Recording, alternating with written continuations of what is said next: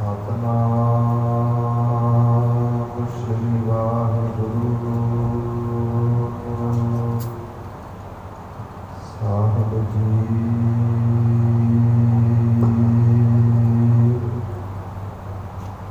ਸ਼੍ਰੀ ਨਾਨਕ ਪਾਦ ਪੰਕਜ ਬੰਧਨ ਪਾਦ ਪੰਕਜ ਬੰਧਨਾ ਸਿਮਰੋ ਅੰਗਦ ਦੁਖ ਨਿਕੰਦਨਾ ਅਮਰਦਾਸ ਗੁਰ ਹਿਰਦੈ ਤੇ ਆਵੋ ਹਿਰਦੈ ਤੇ ਆਵੋ ਰਾਮਦਾਸ ਗੁਣ ਗਾਵੋ ਸ਼੍ਰੀ ਅਰਜਨ ਵਿਗਨ ਕੇ ਨਾਸ਼ਕ ਵਿਗਨ ਕੇ ਨਾਸ਼ਕ ਹਰ ਗੋਬਿੰਦ ਸੋਭ ਸੁਮਤ ਪ੍ਰਕਾਸ਼ਕ ਸ਼੍ਰੀ ਹਰਿ ਰਾਇ ਨਮੋ ਕਰ ਜੋਰੀ ਨਮੋ ਕਰ ਜੋਰੀ ਗੁਰ ਹਰਿ ਕ੍ਰਿਸ਼ਨ ਮਨਾਏ ਬਿਹੋਰੀ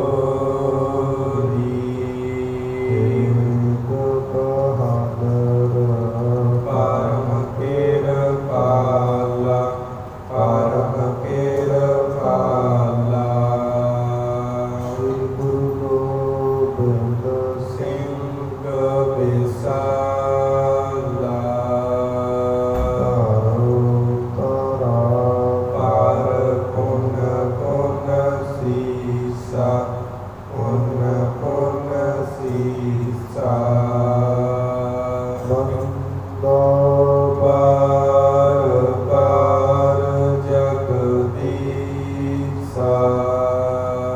ਜਿਸ ਮਨ ਅੰਮ੍ਰਿਤ ਗਿਆਨ ਹੈ ਮਾਨਕ ਭਗਤ ਵੈਰਾਗ ਗੁਰੂ ਗ੍ਰੰਥ ਸਾਹਿਬ ਓਦਕ ਬੰਦਾ ਕਰ ਅਨਰਾਗ ਆਏ ਪ੍ਰਭ ਸਰਨਾਗਤੀ ਕਿਰਪਾ ਨਿਤ ਦਇਆਲ ਏਕ ਅੱਖਰ ਹਰ ਮਨ ਬਸਤ ਨਾਨਕ ਹੋਤ ਨਿਹਾਲ ਏਕ ਅੱਖਰ ਹਰ ਮਨ ਬਸਤ ਨਾਨਕ ਹੋਤ ਨਿਹਾਲ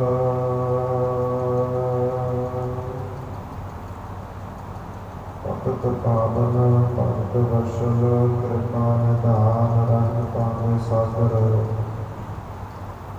ਮੇਰੀ ਪੀਰੀ ਦੇ ਮਾਲਕ ਸਾਹਿਬ ਸ੍ਰੀ ਗੁਰੂ ਹਰਗੋਬਿੰਦ ਸਾਹਿਬ ਜੀ ਆਪ ਪਾਵਨ ਔਰ ਪਵਿੱਤਰ ਅਸਥਾਨ ਦੇ ਉੱਪਰ ਸਾਹਿਬ ਸ੍ਰੀ ਗੁਰੂ ਗ੍ਰੰਥ ਸਾਹਿਬ ਜੀ ਦੇ ਚਰਨ ਪਾਤਸ਼ਾਹੀ ਗੁਰੂ ਰੂਪ ਗੁਰੂ ਖਾਲਸਾ ਸਾਧ ਸੰਗਤ ਜੀ ਸਤਿਗੁਰਾਂ ਦੀ ਅਪਾਰ ਕਿਰਪਾ ਬਖਸ਼ਿਸ਼ ਰਹਿਮਤ ਦਾ ਸਦਕਾ ਲੜੀਵਾਰ ਗੁਰ ਇਤਿਹਾਸ ਦੀਆਂ ਕਥਾ ਵਿਚਾਰਾਂ ਸ਼੍ਰਵਣ ਕਰ ਰਹੇ ਹਾਂ। ਆਓ ਵਿਚਾਰਾਂ ਦੇ ਸਾਂਝ ਪਾਉਣ ਤੋਂ ਪਹਿਲਾਂ ਗੁਰਦੇਵ ਸਤਿਗੁਰਾਂ ਦੁਆਰਾ ਬਖਸ਼ਿਸ਼ ਕੀਤੀ ਗਈ ਫਤਿਹ ਦੁਹਰਾਈਏ ਲਵਾਈਏ ਹਾਜ਼ਰੀ ਆਖੋ ਜੀ ਵਾਹਿਗੁਰੂ ਜੀ ਕਾ ਖਾਲਸਾ ਵਾਹਿਗੁਰੂ ਜੀ ਕੀ ਫਤਿਹ। ਧੰਨ ਸਾਹਿਬ ਸ੍ਰੀ ਗੁਰੂ ਨਾਨਕ ਦੇਵ ਜੀ ਮਹਾਰਾਜ ਆਪਣੀ ਤੀਸਰੀ ਉਦਾਸੀ ਸੰਪੂਰਨ ਕਰਕੇ ਜਿਸ ਸਮੇਂ ਮਹਾਰਾਜ ਲਾਹੌਰ ਸ਼ਹਿਰ ਵਿੱਚ ਆ ਕਰਕੇ ਦੁਨੀ ਚੰਦ ਤਾਈਂ ਉਪਦੇਸ਼ ਦਿੰਦੇ ਨੇ, ਉਸ ਸਮੇਂ ਗੁਰੂ ਨਾਨਕ ਦੇਵ ਜੀਆਂ ਦੇ ਵੱਡੇ ਭੈਣ ਬੇਬੇ ਨਾਨਕੀ ਜੀ ਉਹਨਾਂ ਨੂੰ ਯਾਦ ਕਰਦੇ ਨੇ ਤੇ ਸਤਿਗੁਰਾਂ ਦਾ ਵਾਅਦਾ ਹੈ ਆਪਣੀ ਭੈਣ ਦੇ ਨਾਲ ਕਿ ਜਦੋਂ ਵੀ ਤੁਸੀਂ ਮੈਨੂੰ ਯਾਦ ਕਰੋਗੇ ਮੈਂ ਆ ਕਰਕੇ ਤੁਹਾਨੂੰ ਦਰਸ਼ਨ ਬਖਸ਼ਾਂਗਾ। ਜਦੋਂ ਬੇਬੇ ਨਾਨਕੀ ਜੀ ਨੇ ਯਾਦ ਕੀਤਾ ਹੈ ਮਹਾਰਾਜ, ਭਾਈ ਬਾਲੇ ਮਰਦਾਨੇ ਨੂੰ ਨਾਲ ਲੈ ਕਰਕੇ ਸੁਲਤਾਨਪੁਰ ਲੋਧੀ ਆਏ। ਇੱਕ ਰਾਤ ਭੈਣ ਨਾਨਕੀ ਕੋਲ ਬਤੀਤ ਕੀਤੀ ਹੈ। ਅੰਮ੍ਰਿਤ ਵੇਲੇ ਹੁੰਦਿਆਂ ਹੀ ਸਤਿਗੁਰੂ ਜੀ ਰਾਏ ਭੋਏ ਦੀ ਤਲਵੰਡੀ ਵੱਲ ਚੱਲੇ ਤੇ ਨਗਰ ਤੋਂ ਬਾਹਰ ਜਿੱਥੇ ਭਾਈ ਬਾਲਾ ਜੀ ਦੇ ਪਿਤਾ ਭਾਈ ਚੰਦਰ ਭਾਣ ਦੇ ਖੇਤ ਹਨ ਖੂਹ ਹੈ, ਉੱਥੇ ਆ ਕਰਕੇ ਗੁਰੂ ਨਾਨਕ ਪਾਤਸ਼ਾਹ ਜੀ ਰਾਜੇ ਨੇ ਸਤਿਗੁਰਾਂ ਤੋਂ ਆਗਿਆ ਲੈ ਕਰਕੇ ਭਾਈ ਮਰਦਾਨਾ ਨਗਰ ਦੇ ਵਿੱਚ ਆਪਣੇ ਪਰਿਵਾਰ ਨੂੰ ਮਿਲਣ ਵਾਸਤੇ ਆਏ। ਜਦੋਂ ਪਰਿਵਾਰ ਨੂੰ ਮਿਲਣ ਵਾਸਤੇ ਆਏ ਨੇ, ਇਸ ਪ੍ਰਕਾਰ ਗੁਰੂ ਨਾਨਕ ਦੇਵ ਜੀਆਂ ਦੇ ਮਾਤਾ ਤ੍ਰਿਪਤਾ ਜੀ ਹੁਣਾਂ ਨੂੰ ਜਦੋਂ ਪਤਾ ਲੱਗਦਾ ਹੈ ਕਿ ਭਾਈ ਮਰਦਾਨਾ ਜੀ ਹੁਣੀ ਨਗਰ ਆਏ ਨੇ, ਜਦੋਂ ਭਾਈ ਮਰਦਾਨਾ ਜੀ ਮਾਤਾ ਜੀਆਂ ਨੂੰ ਮਿਲਦੇ ਨੇ ਤੇ ਮਾਤਾ ਜੀ ਟੁੱਟ ਕੇ ਜੱਫੀ ਪਾਉਂਦੇ ਨੇ, ਆਪਣੇ ਕਲਾਵੇ ਵਿੱਚ ਲੈਂਦੇ ਨੇ। ਭਾਈ ਮਰਦਾਨੇ ਬਹੁਤਾ ਪ੍ਰੇਮ ਕਰਦੇ ਨੇ, ਪ੍ਰੇਮ ਦੇ ਨਾਲ ਆਪਣੇ ਪੁੱਤਰ ਦੇ ਬਾਰੇ ਪੁੱਛਦੇ ਨੇ। ਭਾਈ ਮਰਦਾਨਾ ਜੀ ਇੱਕ ਮਾਂ ਦੀ ਮਮਤਾ ਵੇਖਦਾ ਹੋਇਆ, ਉਹ ਵੇਖਦਾ ਹੋਇਆ ਅੱਗੇ ਅੱਗੇ ਚੱਲਦਾ ਹੈ। ਮਾਤਾ ਜੀ ਬੜੇ ਸੁਆਦਲੇ ਭੋਜਨ ਲੈ ਕਰਕੇ, ਸੁੰਦਰ ਪੈਸਾ ਕੇ ਲੈ ਕਰਕੇ ਆਪਣੇ ਪੁੱਤਰ ਦੇ ਕੋਲ ਜਾਂਦੀ ਹੈ। ਤੇ ਜਿਸ ਸਮੇਂ ਇਸ ਪ੍ਰਕਾਰ ਗੁਰੂ ਨਾਨਕ ਦੇਵ ਜੀਆਂ ਦੇ ਪਿਤਾ ਬਾਬਾ ਕਲਿਆਣ ਚੰਦ ਨੂੰ ਪਤਾ ਲੱਗਦਾ ਹੈ, ਉਹ ਵੀ ਆਪਣੀ ਘੋੜੀ 'ਤੇ ਸਵਾਰ ਹੋ ਕਰਕੇ ਗੁਰੂ ਨਾਨਕ ਪਾਤਸ਼ਾਹ ਜੀਆਂ ਦੇ ਕੋਲ ਜਾਂਦੇ ਨੇ। ਤੇ ਮਾਤਾ ਜੀ ਬੜੇ ਮੋਹ ਦੇ ਵਿੱਚ ਆ ਕਰਕੇ ਆਪਣੇ ਪੁੱਤਰ ਤਾਈਂ ਬਚਨ ਕਰਦੀ ਹੈ ਕਿ ਹੇ ਪੁੱਤਰ ਜੀ, ਤੁਸੀਂ ਸਾਡੇ ਘਰ ਦੇ ਵਿੱਚ ਇੱਕੋ ਹੀ ਪੁੱਤਰ ਹੋ, ਦੂਜਾ ਕੋਈ ਸਾਡਾ ਸਹਾਰਾ ਨਹੀਂ। ਤੁਸੀਂ ਵੀ ਫਕੀਰਾਂ ਵਾਲਾ ਭੇਸ ਬਣਾਇਆ ਹੈ, ਦੇਸ਼ਾਂ ਵਿਦੇਸ਼ਾਂ ਦੇ ਵਿੱਚ ਵਿਚਰਦੇ ਹੋ। ਅਸੀਂ ਤਾਂ ਆਪਣੀ ਸਾਰੀ ਉਮਰ ਤੁਹਾਡੀ ਯਾਦ ਦੇ ਅੰਦਰ ਬਤੀਤ ਕਰ ਲਈ ਹੈ ਤੇ ਹੁਣ ਸਾਡੀ ਜਿਹੜੀ ਦੇਹੀ ਇਹ ਵੀ ਬਿਰਧ ਹੋ ਚੁੱਕੀ ਹੈ, ਸਰੀਰ ਵਿੱਚ ਇੰਨਾ ਬਲ ਨਹੀਂ ਰਿਹਾ। ਪਰ ਪੁੱਤਰ ਜੀ, ਮੈਂ ਬਿਆਨ ਨਹੀਂ ਕਰ ਸਕਦੀ, ਆਪ ਜੀਆਂ ਦੇ ਦਰਸ਼ਨ ਕਰਕੇ ਇੱਕ ਮਾਂ ਦਾ ਪੁੱਤਰ ਨਾਲ ਮੇਲ ਹੋਵੇ, ਕਿੰਨੀ ਖੁਸ਼ੀ ਹੁੰਦੀ ਹੈ, ਇਹ ਬਿਆਨ ਨਹੀਂ ਕੀਤੀ ਜਾ ਸਕਦੀ। ਇਸ ਪ੍ਰਕਾਰ ਮਾਤਾ ਜੀ ਗੁਰੂ ਨਾਨਕ ਪਾਤਸ਼ਾਹ ਤਾਈਂ ਆਪਣਾ ਦੁੱਖ ਦੱਸਦੇ ਨੇ, ਆਪਣੀ ਖੁਸ਼ੀ ਜ਼ਾਹਰ ਕਰਦੇ ਨੇ। ਇੱਥੋਂ ਤੱਕ ਕੱਲ ਦੀਆਂ ਕਥਾ ਵਿਚਾਰਾਂ ਆਈਆਂ ਸਨ। ਆਓ ਜਿਸ ਪ੍ਰਕਾਰ ਅੱਗੇ ਗੁਰ ਇਤਿਹਾਸ ਆਉਂਦਾ ਹੈ, ਸ਼ਰਧਾ ਭਾਵਨਾ ਦੇ ਨਾਲ ਸ਼ਰਵਣ ਕਰੀਏ ਜੀ। ਸਤਿਨਾਮ ਸ੍ਰੀ ਵਾਹਿਗੁਰੂ ਸਾਹਿਬ ਜੀਓ। ਚੌਪਈ ਇਸ ਪ੍ਰਕਾਰ ਕੇ ਬਚਨ ਸੁਨੇ ਜਬ। ਜਦੋਂ ਇਸ ਪ੍ਰਕਾਰ ਧੰਨ ਸਾਹਿਬ ਸ੍ਰੀ ਗੁਰੂ ਨਾਨਕ ਦੇਵ ਜੀਆਂ ਨੇ ਆਪਣੀ ਮਾਤਾ ਦੇ ਮੋਹ ਭਰੇ ਬਚਨ ਸੁਣੇ ਹਨ, ਮੁਖ ਤੇ ਸ਼ਬਦ ਉਚਾਰਤ ਭੇਤਬ। ਗੁਰੂ ਨਾਨਕ ਪਾਤਸ਼ਾਹ ਨੇ ਉੱਥੇ ਗੁਰਬਾਣੀ ਉਚਾਰਨ ਕੀਤੀ ਹੈ। ਗੁਰਬਾਣੀ ਦਾ ਇੱਕ ਸ਼ਬਦ ਉਚਾਰਨ ਕੀਤਾ ਹੈ ਜੀ। ਰਾਗ ਵਡਹੰਸ ਮਹੱਲਾ ਪਹਿਲਾ ਘਰ ਪਹਿਲਾ। ਇਹ ਰਾਗ ਵਡਹੰਸ ਦੇ ਵਿੱਚ ਦਰਜ ਹੈ, ਮਹੱਲਾ ਪਹਿਲਾ ਔਰ ਪਹਿਲੇ ਘਰ ਅੰਦਰ ਗੁਰੂ ਨਾਨਕ ਪਾਤਸ਼ਾਹ ਆਪਣੀ ਮਾਤਾ ਤਾਈਂ ਉਪਦੇਸ਼ ਦਿੰਦੇ ਨੇ। ਅਮਲੀ ਅਮਲ ਨ ਅੰਬੜੈ। ਇਸ ਪ੍ਰਕਾਰ ਗੁਰੂ ਨਾਨਕ ਪਾਤਸ਼ਾਹ ਕਹਿੰਦੇ ਨੇ, ਮਾਤਾ ਜੀ, ਜਿਵੇਂ ਇੱਕ ਅਮਲੀ ਨੂੰ ਆਪਣੇ ਅਮਲ ਭਾਵ ਨਸ਼ੇ ਦੇ ਨਾਲ ਮੋਹ ਹੁੰਦਾ ਹੈ, ਜਿਵੇਂ ਇੱਕ ਅਮਲੀ ਨੂੰ ਇੱਕ ਨਸ਼ੇ ਦੇ ਨਾਲ ਪਿਆਰ ਹੁੰਦਾ ਹੈ। ਮੱਛੀ ਨੀਰ ਨਾ ਹੋਵੇ। ਜਿਵੇਂ ਮੱਛੀ ਨੂੰ ਜਲ ਦੇ ਨਾਲ ਪ੍ਰੇਮ ਹੁੰਦਾ ਹੈ। ਅਮਲੀ ਨੂੰ ਜਿੰਨਾ ਮਰਜ਼ੀ ਦੁੱਧ ਘਿਓ ਖਵਾ ਲਈਏ, ਚੰਗੀਆਂ ਵਸਤੂਆਂ ਮਠਿਆਈਆਂ ਖਵਾ ਲਈਏ, ਉਹਨੂੰ ਜ਼ਹਿਰ ਮਾਤਰ ਲੱਗਦੀਆਂ ਨੇ ਜਦੋਂ ਤੱਕ ਉਸ ਨੂੰ ਆਪਣੇ ਸਰੀਰ ਨੂੰ ਚਲਾਉਣ ਵਾਲਾ ਨਸ਼ਾ ਪ੍ਰਾਪਤ ਨਹੀਂ ਹੁੰਦਾ। ਇਸੇ ਤਰ੍ਹਾਂ ਮੱਛੀ ਨੂੰ ਜਿੰਨੀਆਂ ਮਰਜ਼ੀ ਮਖਮਲੀ ਸਿਰਜਾਂ ਉੱਪਰ ਆਪਾਂ ਪਾ ਦਈਏ, ਪਰ ਉਹ ਮਰ ਜਾਂਦੀ ਹੈ, ਕਿਉਂਕਿ ਉਹਦਾ ਜੀਵਨ ਪਾਣੀ ਦੇ ਵਿੱਚ ਹੈ ਜੀ। ਜੋ ਰਤੇ ਸਹਿ ਆਪਨੈ, ਇਸ ਪ੍ਰਕਾਰ ਜੋ ਅਕਾਲ ਪੁਰਖ ਵਾਹਿਗੁਰੂ ਦੇ ਰੰਗ ਦੇ ਵਿੱਚ ਰੰਗੇ ਨੇ, ਤਿਨ ਭਾਵੈ ਸਭ ਕੋਈ। ਤੇ ਉਹਨਾਂ ਨੂੰ ਤਾਂ ਸਤ ਸੰਗਤ ਹੀ ਚੰਗੀ ਲੱਗਦੀ ਹੈ। ਉਹਨਾਂ ਨੂੰ ਤਾਂ ਨਾਮ ਜਪਣ ਵਾਲੇ ਜਿਹੜੇ ਲੋਕ ਨੇ, ਸਾਥੀ ਨੇ, ਉਹੀ ਚੰਗੇ ਲੱਗਦੇ ਨੇ। ਕਿਵੇਂ? ਜਿਵੇਂ ਅੰਬਲੀ ਨੂੰ ਨਸ਼ਾ, ਇਸ ਪ੍ਰਕਾਰ ਮੱਛੀ ਨੂੰ ਜਲ ਚੰਗਾ ਲੱਗਦਾ ਹੈ ਨਾ ਮਾਤਾ ਜੀ, ਤੇ ਇੱਦਾਂ ਹੀ ਨਾਮ ਜਪਣ ਵਾਲਿਆਂ ਨੂੰ ਨਾਮ ਜਪਣ ਵਾਲੇ ਚੰਗੇ ਲੱਗਦੇ ਨੇ। ਹਉ ਵਾਰੀ ਕੁੰਭਾ ਖੰਨੀਐ, ਇਸ ਪ੍ਰਕਾਰ ਮਹਾਰਾਜ ਕਹਿੰਦੇ ਹਉ ਵਾਰੀ ਵੰਝਾ ਖੰਨੀਐ ਵੰਝਾ, ਭਾਵ ਜਿਵੇਂ ਖੰਡ ਦਾ ਇੱਕ ਇੱਕ ਦਾਣਾ ਹੁੰਦਾ ਹੈ। ਮਾਤਾ ਜੀ ਇੱਦਾਂ ਵੀ ਸਰੀਰ ਮੇਰਾ ਕੱਲਾ ਕੱਲਾ ਖਿੰਡ ਜਾਵੇ, ਤਾਂ ਵੀ ਮੈਂ ਉਸ ਅਕਾਲ ਪੁਰਖ ਵਾਹਿਗੁਰੂ ਤੇ ਬਾਰਨੇ ਬਲਿਹਾਰਨੇ ਜਾਂਦਾ ਹਾਂ। ਮੰਜਾ ਤੋਂ ਸਾਹਿਬ ਕੇ ਨਾਵੇ, ਤਾਂ ਸਾਹਿਬ ਕਾ ਨਾਮ ਹੈ। ਜਿਵੇਂ ਇਤਿਹਾਸ ਵਿਚਾਰੀਏ ਕਿ ਭਾਈ ਮਤੀ ਦਾਸ ਜੀ ਦਾ ਸਰੀਰ ਆਰੇ ਦੇ ਨਾਲ ਚੀਰਿਆ ਗਿਆ ਹੈ, ਪਰ ਦੋ ਫਾੜ ਹੋਏ ਸਰੀਰ ਦੇ ਵਿੱਚੋਂ ਸ਼੍ਰੀ ਜਪਜੀ ਸਾਹਿਬ ਦੀ ਆਵਾਜ਼ ਆ ਰਹੀ ਹੈ। ਭਾਈ ਮਣੀ ਸਿੰਘ ਜੀ ਦਾ ਬੰਦ ਕੱਟਿਆ ਗਿਆ ਹੈ, ਤੇ ਬੰਦ ਟੁਕੜੇ ਟੁਕੜੇ ਵਿੱਚੋਂ ਸ਼੍ਰੀ ਸੁਖਮਨੀ ਸਾਹਿਬ ਜੀ ਦਾ ਜਾਪ ਚੱਲ ਰਿਹਾ ਹੈ। ਇਹਦਾ ਗੁਰੂ ਨਾਨਕ ਪਾਤਸ਼ਾਹ ਜੀ ਕਹਿੰਦੇ ਨੇ ਹਉ ਵਾਰੀ ਵੰਝਾਂ ਖੰਡੀਆਂ ਵੰਝਾਂ, ਕਿ ਮੇਰਾ ਸਰੀਰ ਭਾਵੇਂ ਖੰਡ ਦੇ ਵਾਂਗ ਦਾਣਾ ਦਾਣਾ ਹੋ ਜਾਵੇ, ਤਾਂ ਸਾਹਿਬ ਕਾ ਨਾਮ ਹੈ। ਤਾਂ ਵੀ ਉਸ ਪਰਮੇਸ਼ਰ ਦੇ ਨਾਲ ਮੇਰਾ ਪ੍ਰੇਮ ਹੈ, ਉਸ ਦੇ ਨਾਮ ਤੋਂ ਮੈਂ ਕੁਰਬਾਨ ਜਾਵਾਂਗਾ। ਰਹਾਉ ਦਾ ਵਿਸ਼ਰਾਮ ਸਤਿਗੁਰੂ ਜੀ ਦੇ ਕਰਕੇ ਅੱਗੇ ਦੱਸਦੇ ਨੇ। ਸਾਹਿਬ ਸਫਲੇ ਰੁਖੜਾ, ਇਸ ਪ੍ਰਕਾਰ ਜੋ ਅਕਾਲ ਪੁਰਖ ਵਾਹਿਗੁਰੂ ਹੈ, ਉਹ ਤਾਂ ਮਾਤਾ ਜੀ ਸ਼ੁਭ ਗੁਣਾਂ ਦਾ ਰੁਖ ਹੈ। ਅੰਮ੍ਰਿਤ ਜਾ ਕਾ ਨਾਉ, ਤੇ ਉਸ ਦਾ ਜਿਹੜਾ ਨਾਮ ਹੈ ਨਾ, ਉਹ ਤਾਂ ਅੰਮ੍ਰਿਤ ਵਰਗਾ ਮਿੱਠਾ ਹੈ। ਜਿਨ ਪੀਆ ਤੇ ਤ੍ਰਿਪਤ ਭਏ, ਤੇ ਜਿਨ੍ਹਾਂ ਨੇ ਪੀ ਲਿਆ ਹੈ ਨਾ, ਉਸ ਦਾ ਨਾਮ ਛਕ ਲਿਆ ਹੈ, ਉਸ ਦਾ ਅੰਮ੍ਰਿਤ ਛਕ ਲਿਆ ਹੈ, ਉਹ ਸੰਸਾਰ ਦੀਆਂ ਪਦਾਰਥਾਂ ਤੋਂ ਕਾਰਾਂ ਵਿਹਾਰਾਂ ਤੋਂ ਇਸ ਪ੍ਰਕਾਰ ਰੱਜ ਚੁੱਕੇ ਨੇ, ਤ੍ਰਿਪਤ ਹੋਏ ਨੇ।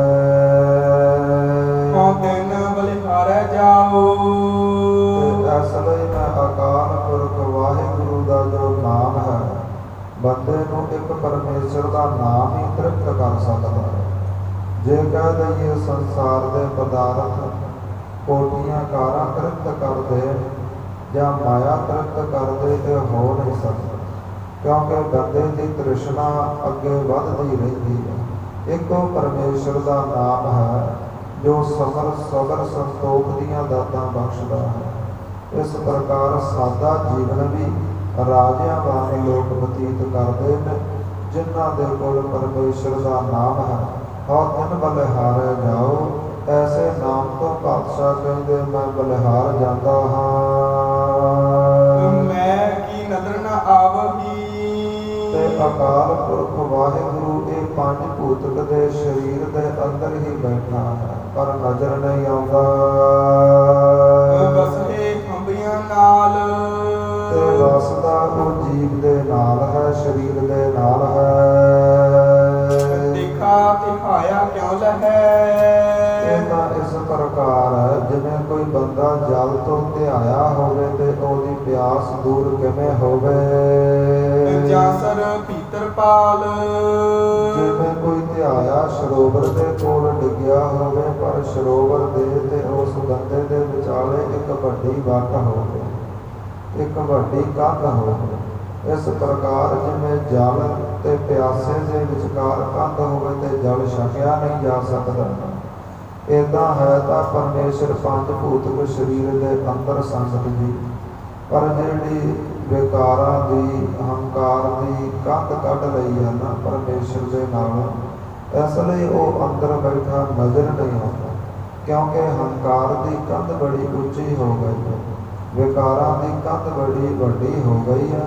ਇਸ ਲਈ ਅੰਦਰ ਮਨੁੱਖ ਦੇ ਪਰਮੇਸ਼ਰ ਨਜ਼ਰ ਨਹੀਂ ਆਉਂਦਾ। ਨਾਨਕ ਤੇਰਾ ਬਾਣੀਆ ਤੇ ਗੁਰੂ ਨਾਨਕ ਪਾਤਸ਼ਾਹ ਕਹਿੰਦੇ ਹੈ, ਅਕਾਲ ਪੁਰਖ ਵਾਹਿਗੁਰੂ ਮੈਂ ਤਾਂ ਤੇਰਾ ਬਾਣੀਆ ਹਾਂ। ਤੂੰ ਸਾਹਿਬ ਮੈਂ ਰਾਸ ਤੇ ਤੂੰ ਮੇਰਾ ਮਾਲਕ ਹੈ, ਤੇਰੇ ਨਾਮ ਰੂਪੀ ਧਨ, ਤੇਰੇ ਨਾਮ ਰੂਪੀ ਪੂੰਜੀ ਮੈਂ ਕਮਾਈ ਹੈ। ਮਨ ਤੇ ਧੋਖਾ ਤਲ ਹੈ। ਤੇ ਮਹਾਰਾਜ ਕਹਿੰਦੇ ਹੈ, ਜੀਵੋ ਹੈ ਮਨੁੱਖੋ, ਜਿਹੜਾ ਮਨ ਦਾ ਧੋਖਾ ਹੈ ਨਾ, ਜਿਹੜਾ ਮਨ ਦਾ ਡਰ ਹੈ, ਮੌਤ ਦਾ ਭੈ ਹੈ, ਇਹ ਤਾਂ ਹੀ ਲਵੇਗਾ, ਤਾਂ ਹੀ ਦੂਰ ਹੋਵੇਗਾ। ਜਾਂ ਸਿਫਤ ਕਰੀ ਅਰਦਾਸ ਜੇਕਰ ਪਰਮੇਸ਼ਰ ਦੀ ਗੁਰਬਾਣੀ ਪੜ੍ਹੀ ਜਾਵੇ ਤੇ ਉਹਦੇ ਅੱਗੇ ਅਰਦਾਸਾਂ ਕੀਤੀਆਂ ਜਾਣ, ਫਿਰ ਹੀ ਨਿਰਭਉ ਤੇ ਨਿਰਵੈਰ ਹੋ ਕਰਕੇ ਇਹ ਜੀਵਨ ਬਤੀਤ ਕੀਤਾ ਜਾ ਸਕਦਾ ਹੈ। ਦੋਹਰਾ ਅਗਰਜ ਸ੍ਰੀ ਨਾਨਕ ਤਬੈ ਇਸ ਪ੍ਰਕਾਰ ਗੁਰੂ ਨਾਨਕ ਪਾਤਸ਼ਾਹ ਜੀਆਂ ਦੇ ਅੱਗੇ ਧਰ ਕਰ ਮਧੁਰ ਆਹਾਰ ਮਾਤਾ ਜੀ ਜਿਹੜੇ ਮਿੱਠੇ ਭੋਜਨ ਘਰੋਂ ਬਣਾ ਕੇ ਲਿਆਈ ਸੀ, ਸਤਿਗੁਰਾਂ ਦੇ ਅੱਗੇ ਰੱਖੇ ਨੇ। ਖਾਹੋ ਤਾਤ ਮਾਤਾ ਕਹੈ ਮਾਤਾ ਜੀ ਕਹਿੰਦੀ ਹੈ, ਪੁੱਤਰ ਇਹ ਛਕਣਾ ਕਰੋ। ਹਵੈ ਮੁਝ ਹਰਖ ਅਪਾਰ ਤੇ ਮੇਰਾ ਜਿਹੜਾ ਇਸ ਪ੍ਰਕਾਰ ਇਹ ਭੋਜਨ ਬਣਾਇਆ ਤੁਸੀਂ ਛਕੋਗੇ ਨਾ, ਤੇ ਮੈਨੂੰ ਬੜੀ ਖੁਸ਼ੀ ਹੋਵੇਗੀ। ਚੌਪਈ ਸੁਣ ਸ੍ਰੀ ਨਾਨਕ ਬਚਨ ਉਚਾਰੇ ਸੁਣ ਕਰਕੇ ਮਾਤਾ ਦੇ ਮਨ ਦੀ ਇੱਛਾ ਗੁਰੂ ਨਾਨਕ ਪਾਤਸ਼ਾਹ ਜੀ ਬੋਲੇ ਨੇ। ਨਿਤ ਤ੍ਰਿਪਤਿਓ ਨਹਿ ਭੂਖ ਹਮਾਰੇ। ਕਿ ਮਾਤਾ ਜੀ ਅਸੀਂ ਤਾਂ ਸਦਾ ਹੀ ਰੱਜੇ ਰਹਿੰਦੇ ਹਾਂ, ਸਾਡੇ ਹਿਰਦੇ ਨੂੰ, ਸਾਡੇ ਸਰੀਰ ਨੂੰ ਕਦੇ ਭੁੱਖ ਨਹੀਂ ਲੱਗਦੀ। ਇੱਕ ਵਾਰ ਅਸੀਂ ਭੋਜਨ ਕੀਨਾ ਬਸ ਇੱਕੋ ਵਾਰ ਪਰਮੇਸ਼ਰ ਦੇ ਨਾਮ ਰੂਪੀ ਅਸੀਂ ਭੋਜਨ ਛਕਿਆ ਹੈ। ਬਹੁਰ ਨ ਸ਼ੁਦਾ ਦੇਹ ਹਮ ਚੀਨਾ। ਤੇ ਫਿਰ ਕਦੇ ਸਾਡੇ ਸਰੀਰ ਤਾਈਂ ਭੁੱਖ ਨਹੀਂ ਲੱਗੀ। ਤਬ ਕਾਲੂ ਨੇ ਬਚਨ ਉਚਾਰੇ ਇਸ ਪ੍ਰਕਾਰ ਜਿਹੜਾ ਪਿਤਾ ਦਾ ਸੁਭਾਅ ਹੁੰਦਾ ਹੈ ਉਹ ਸਖਤ ਹੁੰਦਾ ਹੈ। ਤੇ ਪਿਤਾ ਬਾਬਾ ਕਲਿਆਣ ਚੰਦ ਜੀ ਇਸ ਪ੍ਰਕਾਰ ਬੋਲੇ ਨੇ। ਕਿਆ ਖਾਇਓ ਨਹਿ ਭੂਖ ਤੁਮਾਰੇ। ਕਹਿਣ ਲੱਗੇ ਹੈ, ਨਾਨਕ ਐਸਾ ਕੀ ਖਾਧਾ ਹੈ ਜੋ ਤੈਨੂੰ ਭੁੱਖ ਨਹੀਂ ਲੱਗੀ। ਤੁਮਕੋ ਭੋਜਨ ਕਰ ਤ੍ਰਿਪਤੀ ਤੁਮੈ। ਐਸਾ ਕਿਹੜਾ ਭੋਜਨ ਛਕਿਆ ਹੈ ਜੋ ਸਦਾ ਹੀ ਤ੍ਰਿਪਤ ਰਹਿੰਦੇ ਹਾਂ। ਸਰਬ ਸੁਨਾਵਹੁ ਸੋ ਕਹੁ ਹਮੈ। ਇਸ ਲਈ ਸਾਨੂੰ ਸਾਰੀ ਗੱਲਬਾਤ ਦੱਸਣਾ ਕਰੋ, ਕੀ ਛਕਿਆ ਹੈ ਜੋ ਤੁਹਾਨੂੰ ਭੁੱਖ ਨਹੀਂ ਲੱਗਦੀ। ਹਮ ਆਹਾਰ ਆਨਿਓ ਨਹਿ ਖਾਏ। ਅਸੀਂ ਕਿੰਨੇ ਚਾਵਾਂ ਦੇ ਨਾਲ ਘਰੋਂ ਭੋਜਨ ਤਿਆਰ ਕਰਕੇ ਲਿਆਏ ਆ ਤੇ ਤੁਸੀਂ ਛਕਦੇ ਨਹੀਂ। ਉਚਰ ਸੁਨਾਵਹੁ ਰਹਿ ਤ੍ਰਿਪਤਾਏ। ਇਸ ਲਈ ਸਾਨੂੰ ਦੱਸਣਾ ਕਰੋ ਕਿ ਤੁਸੀਂ ਕਿਵੇਂ ਤ੍ਰਿਪਤ ਹੋ। ਕੋ ਵਿਪਰੀਤ ਹਿਰਦੈ ਮਹਿਠਾਨੀ। ਇਹ ਤਾਂ ਬੜੀ ਉਲਟੀ ਰੀਤੀ, ਉਲਟੀ ਮਰਿਆਦਾ ਤੁਸੀਂ ਨਿਭਾ ਰਹੇ ਹੋ। ਸੁਣ ਸ੍ਰੀ ਨਾਨਕ ਬੋਲੇ ਬਾਣੀ। ਇਸ ਪ੍ਰਕਾਰ ਪਿਤਾ ਜੀਆਂ ਦੇ ਬਚਨ ਸੁਣ ਕਰਕੇ ਸਤਿਗੁਰੂ ਜੀ ਬੋਲੇ ਨੇ। ਸ੍ਰੀ ਰਾਗ ਮਹੱਲਾ ਪਹਿਲਾ। ਇਹ ਗੁਰੂ ਗ੍ਰੰਥ ਸਾਹਿਬ ਜੀਆਂ ਅੰਦਰ ਜੋ ਪਹਿਲਾ ਰਾਗ ਹੈ, ਸ੍ਰੀ ਰਾਗ ਅੰਦਰ ਗੁਰੂ ਨਾਨਕ ਪਾਤਸ਼ਾਹ ਜੀ ਜਵਾਬ ਦਿੰਦੇ ਸਮਝਾਉਂਦੇ ਨੇ। ਸਭ ਰਸ ਮਿੱਠੇ ਮੰਨਿਐ ਸੁਣੇ ਸਾਲੋਨੇ। ਇਸ ਪ੍ਰਕਾਰ ਮਹਾਰਾਜ ਕਹਿੰਦੇ, ਜੋ ਪਰਮੇਸ਼ਰ ਦਾ ਭਾਣਾ ਮੰਨਣਾ ਹੈ, ਉਪਦੇਸ਼ ਮੰਨਣਾ ਹੈ, ਜਾਣੋ ਮਿੱਠੇ ਭੋਜਨ ਛਕਣਾ ਹੈ, ਤੇ ਜੋ ਪਰਮੇਸ਼ਰ ਦੇ ਨਾਮ ਨੂੰ ਸੁਣਨਾ ਹੈ, ਸਤ ਸੰਗਤ ਕਰਨੀ ਹੈ, ਜਾਣੋ ਇਹ ਲੂਣੇ ਭੋਜਨ ਖਾਣ ਬਰਾਬਰ ਹੈ। ਖਟ ਤੁਲਸੀ ਮੁਖ ਬੋਲਣਾ। ਇਸ ਪ੍ਰਕਾਰ ਜਿਹੜੇ ਖੱਟੇ ਮਿੱਠੇ ਭੋਜਨ ਖਾਣੇ ਨੇ, ਉਹ ਤਾਂ ਆਪਣੇ ਮੁਖ ਤੋਂ ਪਰਮੇਸ਼ਰ ਦਾ ਸਿਮਰਨ ਕਰਨ ਬਰਾਬਰ ਹੈ। ਮਾਰਨ ਨਾਦ ਕੀਏ। ਤੇ ਜੋ ਸਤ ਸੰਗਤ ਦੇ ਵਿੱਚ ਆ ਕਰਕੇ ਕਥਾ ਕੀਰਤਨ ਸ਼੍ਰਵਣ ਕਰਨਾ, ਜਾਣੋ ਮਸਾਲੇਦਾਰ ਭੋਜਨ ਛਕਣਾ ਹੈ। ਛਤਰੀ ਈਹ ਅੰਮ੍ਰਿਤ ਭਾਉ ਏਕ। ਇਸ ਪ੍ਰਕਾਰ ਜਿਹੜੇ 36 ਪ੍ਰਕਾਰ ਦੇ ਭੋਜਨ ਬਣੇ ਹੋਣ, ਜਿੰਨਾ 36 ਪ੍ਰਕਾਰ ਦੇ ਭੋਜਨਾਂ ਦਾ ਸਵਾਦ ਹੈ, ਏਦਾਂ ਇੱਕ ਵਾਰ ਵਾਹਿਗੁਰੂ ਕਹਿਣ ਦਾ ਸਵਾਦ ਆਉਂਦਾ ਹੈ। ਜਾ ਕੋ ਨਦਰ ਕਰੇ। ਇਹ ਪ੍ਰਾਪਤ ਉਸ ਨੂੰ ਹੀ ਹੁੰਦਾ ਹੈ, ਪਰਮੇਸ਼ਰ ਦੇ ਨਾਮ ਰੂਪੀ ਭੋਜਨ ਜਿਹਦੇ ਉੱਪਰ ਮਹਾਰਾਜ ਮਿਹਰ ਕਰਦੇ ਨੇ। ਬਾਬਾ ਹੋਰ ਖਾਣਾ ਖੁਸ਼ੀ ਖੁਆਰ। ਗੁਰੂ ਨਾਨਕ ਪਾਤਸ਼ਾਹ ਆਪਣੇ ਪਿਤਾ ਨੂੰ ਸੰਬੋਧਨ ਕਰਦਿਆਂ ਕਹਿੰਦੇ ਨੇ, ਹੇ ਬਾਬਾ ਕਲਿਆਣ ਚੰਦ ਮੇਰੇ ਪਿਤਾ ਬਜ਼ੁਰਗ ਜੀ, ਇਹ ਜਿਹੜਾ ਦੁਨਿਆਵੀ ਭੋਜਨ ਹੋਰ ਮਤ ਛਕਾਵੋ। ਜਿਤ ਖਾਧੈ ਤਨ ਪੀੜੀਐ। ਇਸ ਨੂੰ ਖਾਣ ਦੇ ਨਾਲ ਤਾਂ ਢਿੱਡ ਦੇ ਵਿੱਚ ਪੀੜ ਹੁੰਦੀ ਹੈ, ਮਨ ਮਹਿ ਚਲਹਿ ਵਿਕਾਰ। ਤੇ ਮਨ ਦੇ ਅੰਦਰ ਵਿਕਾਰ ਵੀ ਪੈਦਾ ਹੁੰਦੇ ਨੇ। ਇਸੇ ਪ੍ਰਕਾਰ ਜਿਹੜਾ ਭੋਜਨ ਹੈ ਸੰਗਤ ਜੀ, ਜੇਕਰ ਭੁੱਖੇ ਨੂੰ ਛਕਾਇਆ ਜਾਵੇ ਜਾਂ ਭੁੱਖ ਲੱਗੀ ਤੋਂ ਛਕਿਆ ਜਾਵੇ ਤੇ ਅੰਮ੍ਰਿਤ ਬਣ ਜਾਂਦਾ ਹੈ। ਜੇਕਰ ਰੱਜੇ ਨੂੰ ਛਕਾਈਏ ਤੇ ਜਾਂ ਆਪ ਰੱਜੇ ਹੋਈਏ ਤੇ ਫਿਰ ਵੀ ਨੀਤ ਨਾ ਭਰੇ ਬਾਰ-ਬਾਰ ਛਕਣ ਨੂੰ ਦਿਲ ਕਰੇ ਤੇ ਉਹੀ ਭੋਜਨ ਜ਼ਹਿਰ ਵੀ ਬਣ ਜਾਂਦਾ ਹੈ। ਇਸ ਪ੍ਰਕਾਰ ਕਿਸੇ ਵਿਕਾਰੀ ਬੰਦੇ ਦੇ ਹੱਥੋਂ ਲੈ ਕਰਕੇ, ਕਿਸੇ ਨਸ਼ੇੜੀ ਬੰਦੇ ਦੇ ਹੱਥੋਂ ਲੈ ਕਰਕੇ ਛਕਿਆ ਭੋਜਨ ਵਿਕਾਰ ਪੈਦਾ ਕਰਦਾ ਹੈ, ਕਿਉਂਕਿ ਜੈਸਾ ਅੰਨ ਹੁੰਦਾ ਹੈ ਉਹੋ ਜਿਹਾ ਹੀ ਅੰਨ ਬਣ ਜਾਂਦਾ ਹੈ। ਜੇਕਰ ਵਾਹਿਗੁਰੂ ਵਾਹਿਗੁਰੂ ਜਪਦੇ ਗੁਰੂ ਘਰਾਂ ਅੰਦਰ ਲੰਗਰਾਂ ਅੰਦਰ ਪੱਕੇ ਪ੍ਰਸ਼ਾਦੇ ਛਕ ਲਈਏ ਤੇ ਸੰਤੋਖ ਸ਼ੁਭ ਗੁਣ ਪੈਦਾ ਹੁੰਦੇ ਨੇ। ਗੁਰਬਾਣੀ ਪੜ੍ਹਨ ਨੂੰ ਚਿੱਤ ਕਰਦਾ ਹੈ, ਸਤ ਸੰਗਤ ਵਿੱਚ ਬੈਠਣ ਨੂੰ ਚਿੱਤ ਕਰਦਾ ਹੈ।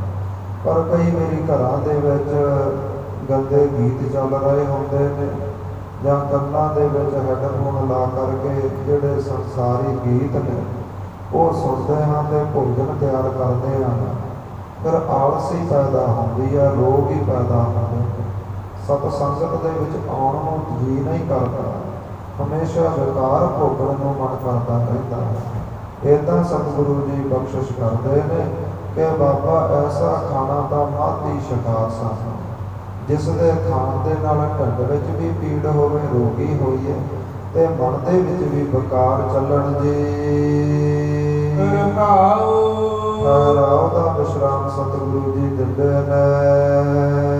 ਚੌਪਈ ਅਸ ਕਹੈ ਸ੍ਰੀ ਗੁਰ ਤੂਸਨ ਠਾਨੀ। ਏਦਾਂ ਕਹਿ ਕਰਕੇ ਮਹਾਰਾਜ ਚੁੱਪ ਹੋਏ ਨੇ। ਗੁਣ ਤ੍ਰਿਪਤਾ ਪਿਖ ਬੋਲੀ ਬਾਣੀ। ਤੇ ਮਾਤਾ ਤ੍ਰਿਪਤਾ ਜੀ ਫਿਰ ਬੋਲੇ ਨੇ, ਵੇਖ ਫਕੀਰੀ ਅਬ ਸੁਖ ਤਜੀਏ। ਪੁੱਤਰ ਜੀ ਜਿਹੜਾ ਫਕੀਰਾਂ ਵਾਲਾ ਲਿਬਾਸ ਇਸ ਨੂੰ ਹੁਣ ਛੱਡ ਦੇਵੋ। ਨੀਕੇ ਵਸਤਰ ਪਹਿਰ ਤਨ ਸਜੀਏ।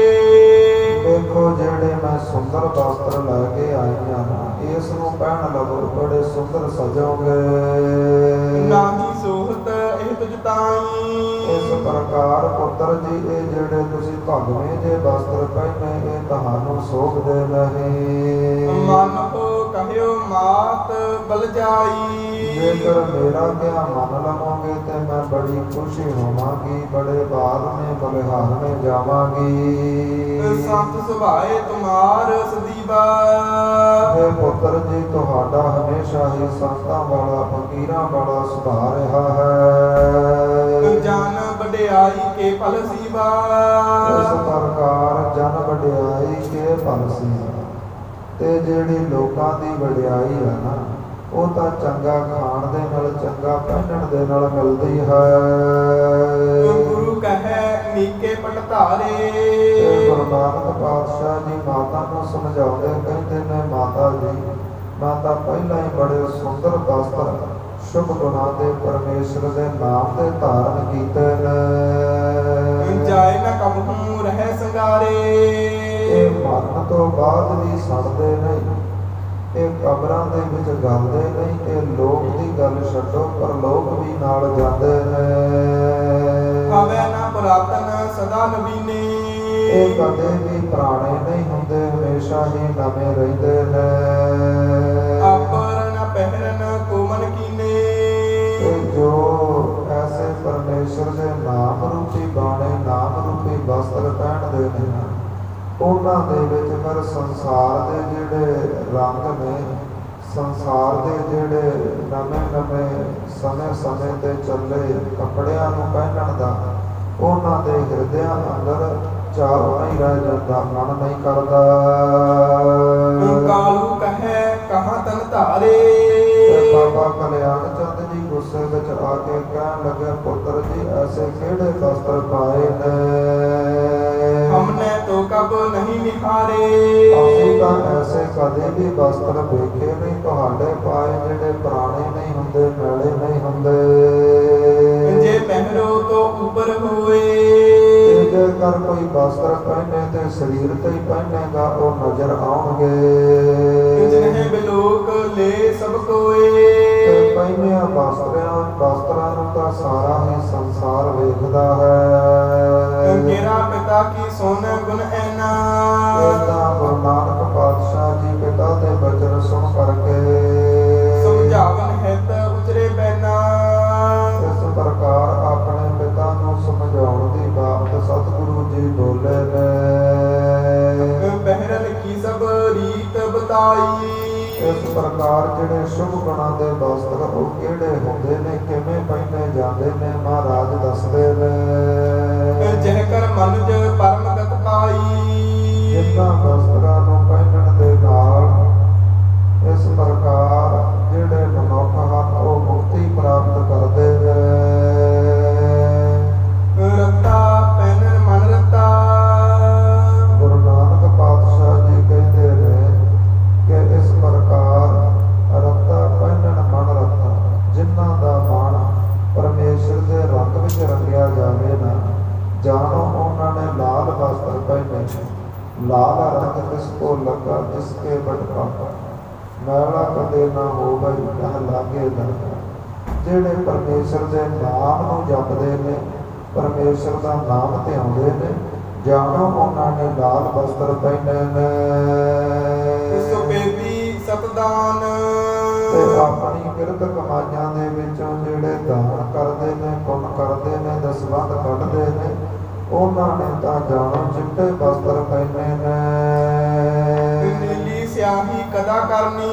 ਇਸ ਪ੍ਰਕਾਰ ਜਿਹੜੇ ਵਿਕਾਰਾਂ ਨੂੰ ਮਿਟਾਉਂਦੇ ਨੇ, ਝੂਠੇ ਜਿਹੜੇ ਸੰਸਾਰ ਦੇ ਲੋਕ ਤਮਾਸ਼ੇ ਨੇ, ਇਹਨਾਂ ਨੂੰ ਛੱਡਦੇ ਨੇ, ਔਗਣਾਂ ਨੂੰ ਜੀਵਨ ਵਿੱਚੋਂ ਮਿਟਾਉਂਦੇ ਨੇ, ਜਾਣੋ ਉਹਨਾਂ ਨੇ ਨੀਲੇ ਵਸਤਰ ਪਹਿਨੇ ਨੇ। ਪਹਿਰਨ ਪੈਰ ਧਿਆਨ। ਤੇ ਜੋ ਪਰਮੇਸ਼ਰ ਦੀ ਬੰਦਗੀ ਕਰਦੇ ਨੇ, ਨਾਮ ਜਪਦੇ ਨੇ, ਜੋ ਬਿਨਾਂ ਬਟਨਾਂ ਤੋਂ ਚੋਲੇ ਹੁੰਦੇ ਨੇ ਨਾ, ਤਨੀਆਂ ਵਾਲੇ, ਸਤਿਗੁਰੂ ਜੀ ਜਾਣੋ ਕਹਿੰਦੇ ਉਹਨਾਂ ਨੇ ਐਸੇ ਜਾਮੇ ਧਾਰਨ ਕੀਤੇ ਨੇ। ਕਰਮ ਬੰਦ ਸੰਤੋਖ ਕਾ। ਇਸ ਪ੍ਰਕਾਰ ਨੱਕ ਦੇ ਉੱਪਰ ਫਿਰ ਉਹ ਸੰਤੋਖ ਦਾ ਕਮਰ ਕਸਾ ਕਰਦੇ ਨੇ। ਧਨ ਜੋਬਨ ਤੇਰਾ ਨਾਮ। ਤੇ ਗੁਰੂ ਨਾਨਕ ਪਾਤਸ਼ਾਹ ਕਹਿੰਦੇ ਜੋ ਮੇਰਾ ਧਨ ਹੈ ਔਰ ਮੇਰੀ ਜਵਾਨੀ ਹੈ, ਇਹ ਪਰਮੇਸ਼ਰ ਵਾਹਿਗੁਰੂ ਉਹ ਤੇਰਾ ਨਾਮ ਹੈ। ਬਾਬਾ ਹੋਰ ਪਹਿਨਨ ਖੁਸ਼ੀ ਖੁਆਰ। ਤੇ ਮਹਾਰਾਜ ਕਹਿੰਦੇ ਹੈ ਮੇਰੇ ਪਿਤਾ ਹੈ ਬਜ਼ੁਰਗ ਜੀ, ਕੋਈ ਹੋਰ ਵਸਤਰ ਪਹਿਨਣ ਵਾਸਤੇ ਮਤ ਕਹੋ। ਜਿਤ ਪੈਦੈ ਤਨ ਪੀੜੀਐ। ਜਿਨ੍ਹਾਂ ਦੁਨਿਆਵੀ ਵਸਤਰਾਂ ਨੂੰ ਪਹਿਨ ਕਰਕੇ ਸਰੀਰ ਨੂੰ ਤੰਗੀ ਆਵੇ, ਸਰੀਰ ਦੇ ਵਿੱਚ ਪੀੜਾ ਉੱਠਣ, ਮਨ ਮਹਿ ਚਲਹਿ ਵਿਕਾਰ। ਤੇ ਮਨ ਦੇ ਵਿੱਚ ਹੰਕਾਰ ਪੈਦਾ ਹੋਵੇ ਕਿ ਮੇਰੇ ਬੜੇ ਮਹਿੰਗੇ ਵਸਤਰ ਪਹਿਨੇ ਨੇ, ਮੇਰੇ ਬੜੇ ਸੋਹਣੇ ਵਸਤਰ ਪਹਿਨੇ। ਅੱਜ ਕੱਲ੍ਹ ਜਿਹੜੇ ਸੰਸਾਰ ਦੇ ਲੋਕ ਨੇ ਸੰਗਤ ਜੀ, ਆਪਣਾ ਸਰੀਰ ਢੱਕਣ ਵਾਸਤੇ ਵਸਤਰ ਘੱਟ ਪਹਿਨਦੇ ਨੇ ਤੇ ਲੋਕਾਂ ਨੂੰ ਵਿਖਾਉਣ ਵਾਸਤੇ ਚੀਜ਼ਾਂ ਵੱਧ ਪਹਿਨੀਆਂ ਜਾਂਦੀਆਂ ਨੇ। ਇਸ ਪ੍ਰਕਾਰ ਆਪਣਾ ਸਰੀਰ ਢੱਕਣ ਵਾਸਤੇ ਵਸਤਰ ਘੱਟ ਪਹਿਨੇ ਜਾਂਦੇ ਨੇ, ਆਪਣੇ ਜਿਸਮ ਨੂੰ ਵਿਖਾਉਣ ਵਾਸਤੇ, ਸਰੀਰ ਨੂੰ ਵਿਖਾਉਣ ਵਾਸਤੇ, ਸੰਸਾਰ ਵਿੱਚ ਆਪਣੀ ਸੁੰਦਰਤਾ ਪ੍ਰਗਟ ਕਰਨ ਵਾਸਤੇ ਅੱਜ ਕੱਲ੍ਹ ਦੇ ਲੋਕ ਕੱਪੜੇ ਇਸ ਪ੍ਰਕਾਰ ਦੇ ਸਮਾਉਂਦੇ ਨੇ ਔਰ ਇਸ ਪ੍ਰਕਾਰ ਦੇ ਪਾਉਂਦੇ ਨੇ। ਸਤਿਗੁਰੂ ਜੀ ਕਹਿੰਦੇ ਕਿ ਹੇ ਬਾਬਾ, ਐਸੇ ਵਸਤਰ ਮੈਨੂੰ ਪਹਿਨਣ ਵਾਸਤੇ ਮਤ ਦੇ, ਜਿਸ ਨੂੰ ਪਹਿਨਣ ਦੇ ਨਾਲ ਸਰੀਰ ਵਿੱਚ ਤੰਗੀ ਹੋਵੇ ਤੇ ਮਨ ਦੇ ਵਿੱਚ ਵਿਕਾਰ ਚੱਲਣ ਜੀ। ਰਹਾਉ ਮਹਾਰਾਜ ਦਾ ਵਿਸ਼ਰਾਮ ਸਤਿਗੁਰੂ ਜੀ ਦਿੰਦੇ ਨੇ। ਦੋਹਰਾ ਬਾਬਰ ਬਾਤੇ ਤਿਆਗ ਕੇ ਕਾਲੂ ਬਹਰ ਅਲਾਏ। ਬਾਬਾ ਕਲਿਆਣ ਚੰਦ ਜੀ ਕਹਿਣ ਲੱਗੇ, ਜਿਹੜੀਆਂ ਇਹ ਪਾਗਲਾਂ ਵਾਲੀਆਂ ਗੱਲਾਂ ਕਰਦੇ ਹੋ ਪੁੱਤਰ ਜੀ, ਕਹਿਆ ਮਾਨ ਘਰ ਕੋ ਚਲੋ। ਇਹ ਗੱਲਾਂ ਛੱਡ ਦੇਵੋ, ਸਾਡਾ ਕਹਿਆ ਮੰਨੋ, ਹੁਣ ਘਰ ਵੱਲ ਚੱਲੋ। ਫਿਰ ਆਏ ਬਹੁਥਾਈ ਹੁਣ ਤੁਸੀਂ ਬੜੀਆਂ ਜਗ੍ਹਾ ਦੇ ਉੱਪਰ ਦੇਸ਼ਾਂ ਵਿਦੇਸ਼ਾਂ ਵਿੱਚ ਘੁੰਮ ਆਏ ਹੋ। ਚੌਪਈ ਰਹੋ ਧਾਮ ਕੀਜੈ ਵਿਸਰਾਮੋ। ਹੁਣ ਆਪਣੇ ਘਰ ਚੱਲੋ ਤੇ ਘਰ ਵਿੱਚ ਜਾ ਕਰਕੇ ਵਿਸ਼ਰਾਮ ਆਰਾਮ ਕਰੋ। ਜਾਵਨ ਕੋ ਨਹਿ ਲੀਜੈ ਨਾਮੋ। ਹੁਣ ਹੋਰ ਕਿਤੇ ਜਾਣ ਦਾ ਨਾਮ ਨਾ ਲਵੋ। ਬਾਜਨ ਪਰ ਆਰੂੜਤ ਹੋਵਹੋ। ਚਲੋ ਜਿਹੜੀ ਘੋੜੀ ਮੈਂ ਲੈ ਕੇ ਆਇਆ ਹਾਂ ਉਹਦੇ ਉੱਪਰ ਸਵਾਰ ਹੋਵੋ, ਬੈਠੋ ਜੀ। ਚਾਰ ਚਲਨ ਸ਼ਰਮ ਸਭੀ ਖੋਵਹੋ। ਇਸ ਘੋੜੇ ਦੇ ਉੱਪਰ ਬੈਠਣ ਦੇ ਨਾਲ ਸਰੀਰ ਨੂੰ ਥਕੇਵਾ ਨਹੀਂ ਹੁੰਦਾ, ਲੱਤਾਂ ਨਹੀਂ ਥੱਕਦੀਆਂ। ਸੁਣ ਸ੍ਰੀ ਨਾਨਕ ਬੈਨ ਤੇ ਉਚਾਰੇ। ਗੁਰੂ ਨਾਨਕ ਪਾਤਸ਼ਾਹ ਜੀ ਪਿਤਾ ਦੇ ਬਚਨ ਸੁਣ ਕਰਕੇ ਬੋਲੇ ਨੇ, ਇਹ ਬਾਜਨ ਨਹਿ ਕਾਜ ਹਮਾਰੇ। ਤੇ ਪਿਤਾ ਜੀ ਜਿਹੜੀ ਤੁਹਾਡੀ ਘੋੜੀ ਆ ਇਹ ਮੇਰੇ ਕਿਸੇ ਕੰਮ ਦੀ ਨਹੀਂ। ਸੁੰਦਰ ਸਦਾ ਰਹਿਤ ਜੋ ਸੰਗਾ। ਮੇਰੇ ਕੋਲ ਤਾਂ ਇੱਕ ਬੜਾ ਸੁੰਦਰ ਘੋੜਾ ਹੈ ਜੋ ਹਮੇਸ਼ਾ ਮੇਰੇ ਨਾਲ ਰਹਿੰਦਾ ਹੈ। ਐਸੋ ਹੈ ਮਮ ਪਾਸ ਤਿਰੰਗਾ। ਐਸਾ ਮੇਰਾ ਸੁੰਦਰ ਘੋੜਾ ਮੇਰੇ ਨਾਲ ਹੈ। ਕਾਲੂ ਕਹੈ ਨਾ ਦੇਤ ਦਿਖਾਈ। ਤੇ ਬਾਬਾ ਕਲਿਆਣ ਚੰਦ ਚਾਰ ਸਵੇਰੇ ਵੇਖ ਕਰਕੇ ਕਹਿੰਦਾ, ਪੁੱਤਰ ਜੀ ਤੁਹਾਡਾ ਘੋੜਾ ਕਿਤੇ ਨਜ਼ਰ ਨਹੀਂ ਆਉਂਦਾ। ਆਸਤ ਰੰਗ ਬਾਦਿਓ ਕਹਿ ਥਾਈ। ਕਿਹੜੇ ਖੇਤ ਵਿੱਚ ਕਿਹੜੇ ਰੁੱਖ ਦੇ ਨਾਲ ਤੁਹਾਡਾ ਘੋੜਾ ਵੱਜਾ ਹੈ। ਸੁਣ ਪਿਤ ਕੇ ਬਚ ਪੰਕਜ ਬਦਨਾ। ਕਮਲ ਸ਼ਰੀਕੇ ਮੁਖ ਵਾਲੇ ਗੁਰੂ ਨਾਨਕ ਦੇਵ ਜੀ ਆਪਣੇ ਪਿਤਾ ਦੇ ਸਵਾਲਾਂ ਨੂੰ ਸੁਣ ਕਰਕੇ ਤ੍ਰਿਤੇ ਸ਼ਬਦ ਪਦ ਕਹਿ ਸੁਖ ਸਦਨਾ। ਇਸ ਪ੍ਰਕਾਰ ਜਿਹੜਾ ਸ਼੍ਰੀ ਰਾਗ ਦੇ ਅੰਦਰ ਮਹਾਰਾਜ ਤੀਸਰਾ ਪਦਾ ਉਚਾਰਨ ਕਰਦੇ ਨੇ। ਘੋੜੇ ਪਾਖਰ ਸੋਇਨੇ ਸਖਤ। ਮਹਾਰਾਜ ਕਹਿੰਦੇ ਨੇ, ਪਿਤਾ ਜੀ ਮੇਰੇ ਕੋਲ ਧਰਮ ਦਾ ਘੋੜਾ ਹੈ ਜਿਸ ਦੇ ਉੱਪਰ ਸੋਨੇ ਦੀ ਕਾਠੀ ਪਾਈ ਹੈ। ਗੁਜਨ ਤੇਰੀ ਬਾਟ। ਧਰਮ ਦਾ ਘੋੜਾ ਹੈ, ਜਤ ਸਤ ਦੀ ਕਾਠੀ ਜਾਣੋ ਸੋਨੇ ਦੀ ਕਾਠੀ ਪਾਈ ਹੈ। ਬੁੱਝਣ ਤੇਰੀ ਬਾਟ। ਤੇ ਜਿਹੜਾ ਮੇਰਾ ਘੋੜਾ ਹੈ ਨਾ ਉਹ ਸੰਸਾਰ ਦੇ ਸ਼ਹਿਰਾਂ ਵੱਲ ਨਹੀਂ ਚੱਲਦਾ, ਉਹ ਨਿਰੰਕਾਰ ਦੇ ਸ਼ਹਿਰਾਂ ਵੱਲ, ਪਰਮਾਰਥ ਦੇ ਰਸਤੇ ਤੇ ਉਸ ਖੁਦਾ ਉਸ ਰੱਬ ਦੇ ਵੱਲ ਹੀ ਚੱਲਦਾ ਹੈ। ਤਾਕਸ ਤੀਰ ਕਮਾਨ ਸਾਂਗ। ਤੇ ਜਿਵੇਂ ਘੋੜ ਸਵਾਰ ਕੋਲ ਸ਼ਸਤਰ ਹੁੰਦੇ ਨੇ ਨਾ, ਏਦਾਂ ਹੀ ਮੇਰੇ ਕੋਲੇ ਵੀ ਸ਼ੁਭ ਗੁਣਾਂ ਦੇ ਤੀਰ ਨੇ, ਕਮਾਨ ਹੈ, ਸਾਂਗ ਹੈ, ਇਸ ਪ੍ਰਕਾਰ ਸ਼ਸਤਰ ਹਨ। ਤੇਗ ਬੰਦ ਗੁਣ ਧਾਤ। ਬੜੀ ਤੇਜ ਧਾਰ ਵਾਲੀ ਤਲਵਾਰ ਹੈ ਸ਼ੁਭ ਗੁਣਾਂ ਦੀ। ਬਾਜਾ ਨੇਜਾ ਪਤ ਸਿਉ ਪ੍ਰਗਟ। ਤੇ ਜਿਹੜੀ ਪਰਮੇਸ਼ਰ ਦੀ ਕਿਰਪਾ ਮਿਹਰ ਹੈ ਇਹੀ ਮੇਰੇ ਕੋਲ ਬਾਜੇ ਔਰ ਨੇਜੇ ਨੇ। ਕਰਮ ਤੇਰਾ ਮੇਰੀ ਜਾਤ। ਪਰਮੇਸ਼ਰ ਦਾ ਨਾਮ ਹੀ ਮੇਰਾ ਕਰਮ ਹੈ, ਪਰਮੇਸ਼ਰ ਦਾ ਨਾਮ ਹੀ ਮੇਰੀ ਜਾਤ ਹੈ। ਬਾਬਾ ਹੋਰ ਚੜਨਾ ਖੁਸ਼ੀ ਖੁਆਰ। ਤੇ ਗੁਰੂ ਨਾਨਕ ਪਾਤਸ਼ਾਹ ਜੀ ਕਹਿੰਦੇ ਕਿ ਹੇ ਬਾਬਾ, ਹੇ ਪਿਤਾ ਜੀ, ਕਿਸੇ ਹੋਰ ਸਵਾਰੀ ਦੀ ਇੱਛਾ ਮਤ ਦਿਖਾਓ। ਜਿਤ ਚੜੇ ਤਨ ਪੀੜੀਐ। ਇਸ ਸਵਾਰੀ ਤੇ ਚੜ੍ਹਨ ਦੇ ਨਾਲ ਜਿਹੜਾ ਸਰੀਰ ਦੁੱਖ ਮੰਨੇ। ਮਨ ਮਹਿ ਚਲਹਿ ਵਿਕਾਰ। ਤੇ ਮਨ ਦੇ ਵਿੱਚ ਵਿਕਾਰ ਚੱਲਣ, ਮਨ ਹੰਕਾਰੀ ਹੋਵੇ। ਸਵਾਰੀ ਹੁੰਦੀ ਤਾਂ ਆਉਣ ਜਾਣ ਨੂੰ ਹੈ ਸੰਗਤ ਜੀ, ਪਰ ਅੱਜ ਕਲਯੁਗ ਦਾ ਮਨੁੱਖ ਜਿਹੜੀ ਸਵਾਰੀ ਹੈ ਉਹ ਆਉਣ ਜਾਣ ਲਈ ਘੱਟ ਲੈਂਦਾ ਹੈ ਤੇ ਆਪਣੇ ਆਂਢੀਆਂ ਗੁਆਂਢੀਆਂ ਨੂੰ ਨੀਵਾਂ ਦਿਖਾਉਣ ਵਾਸਤੇ ਵੱਧ ਲੈਂਦਾ ਹੈ।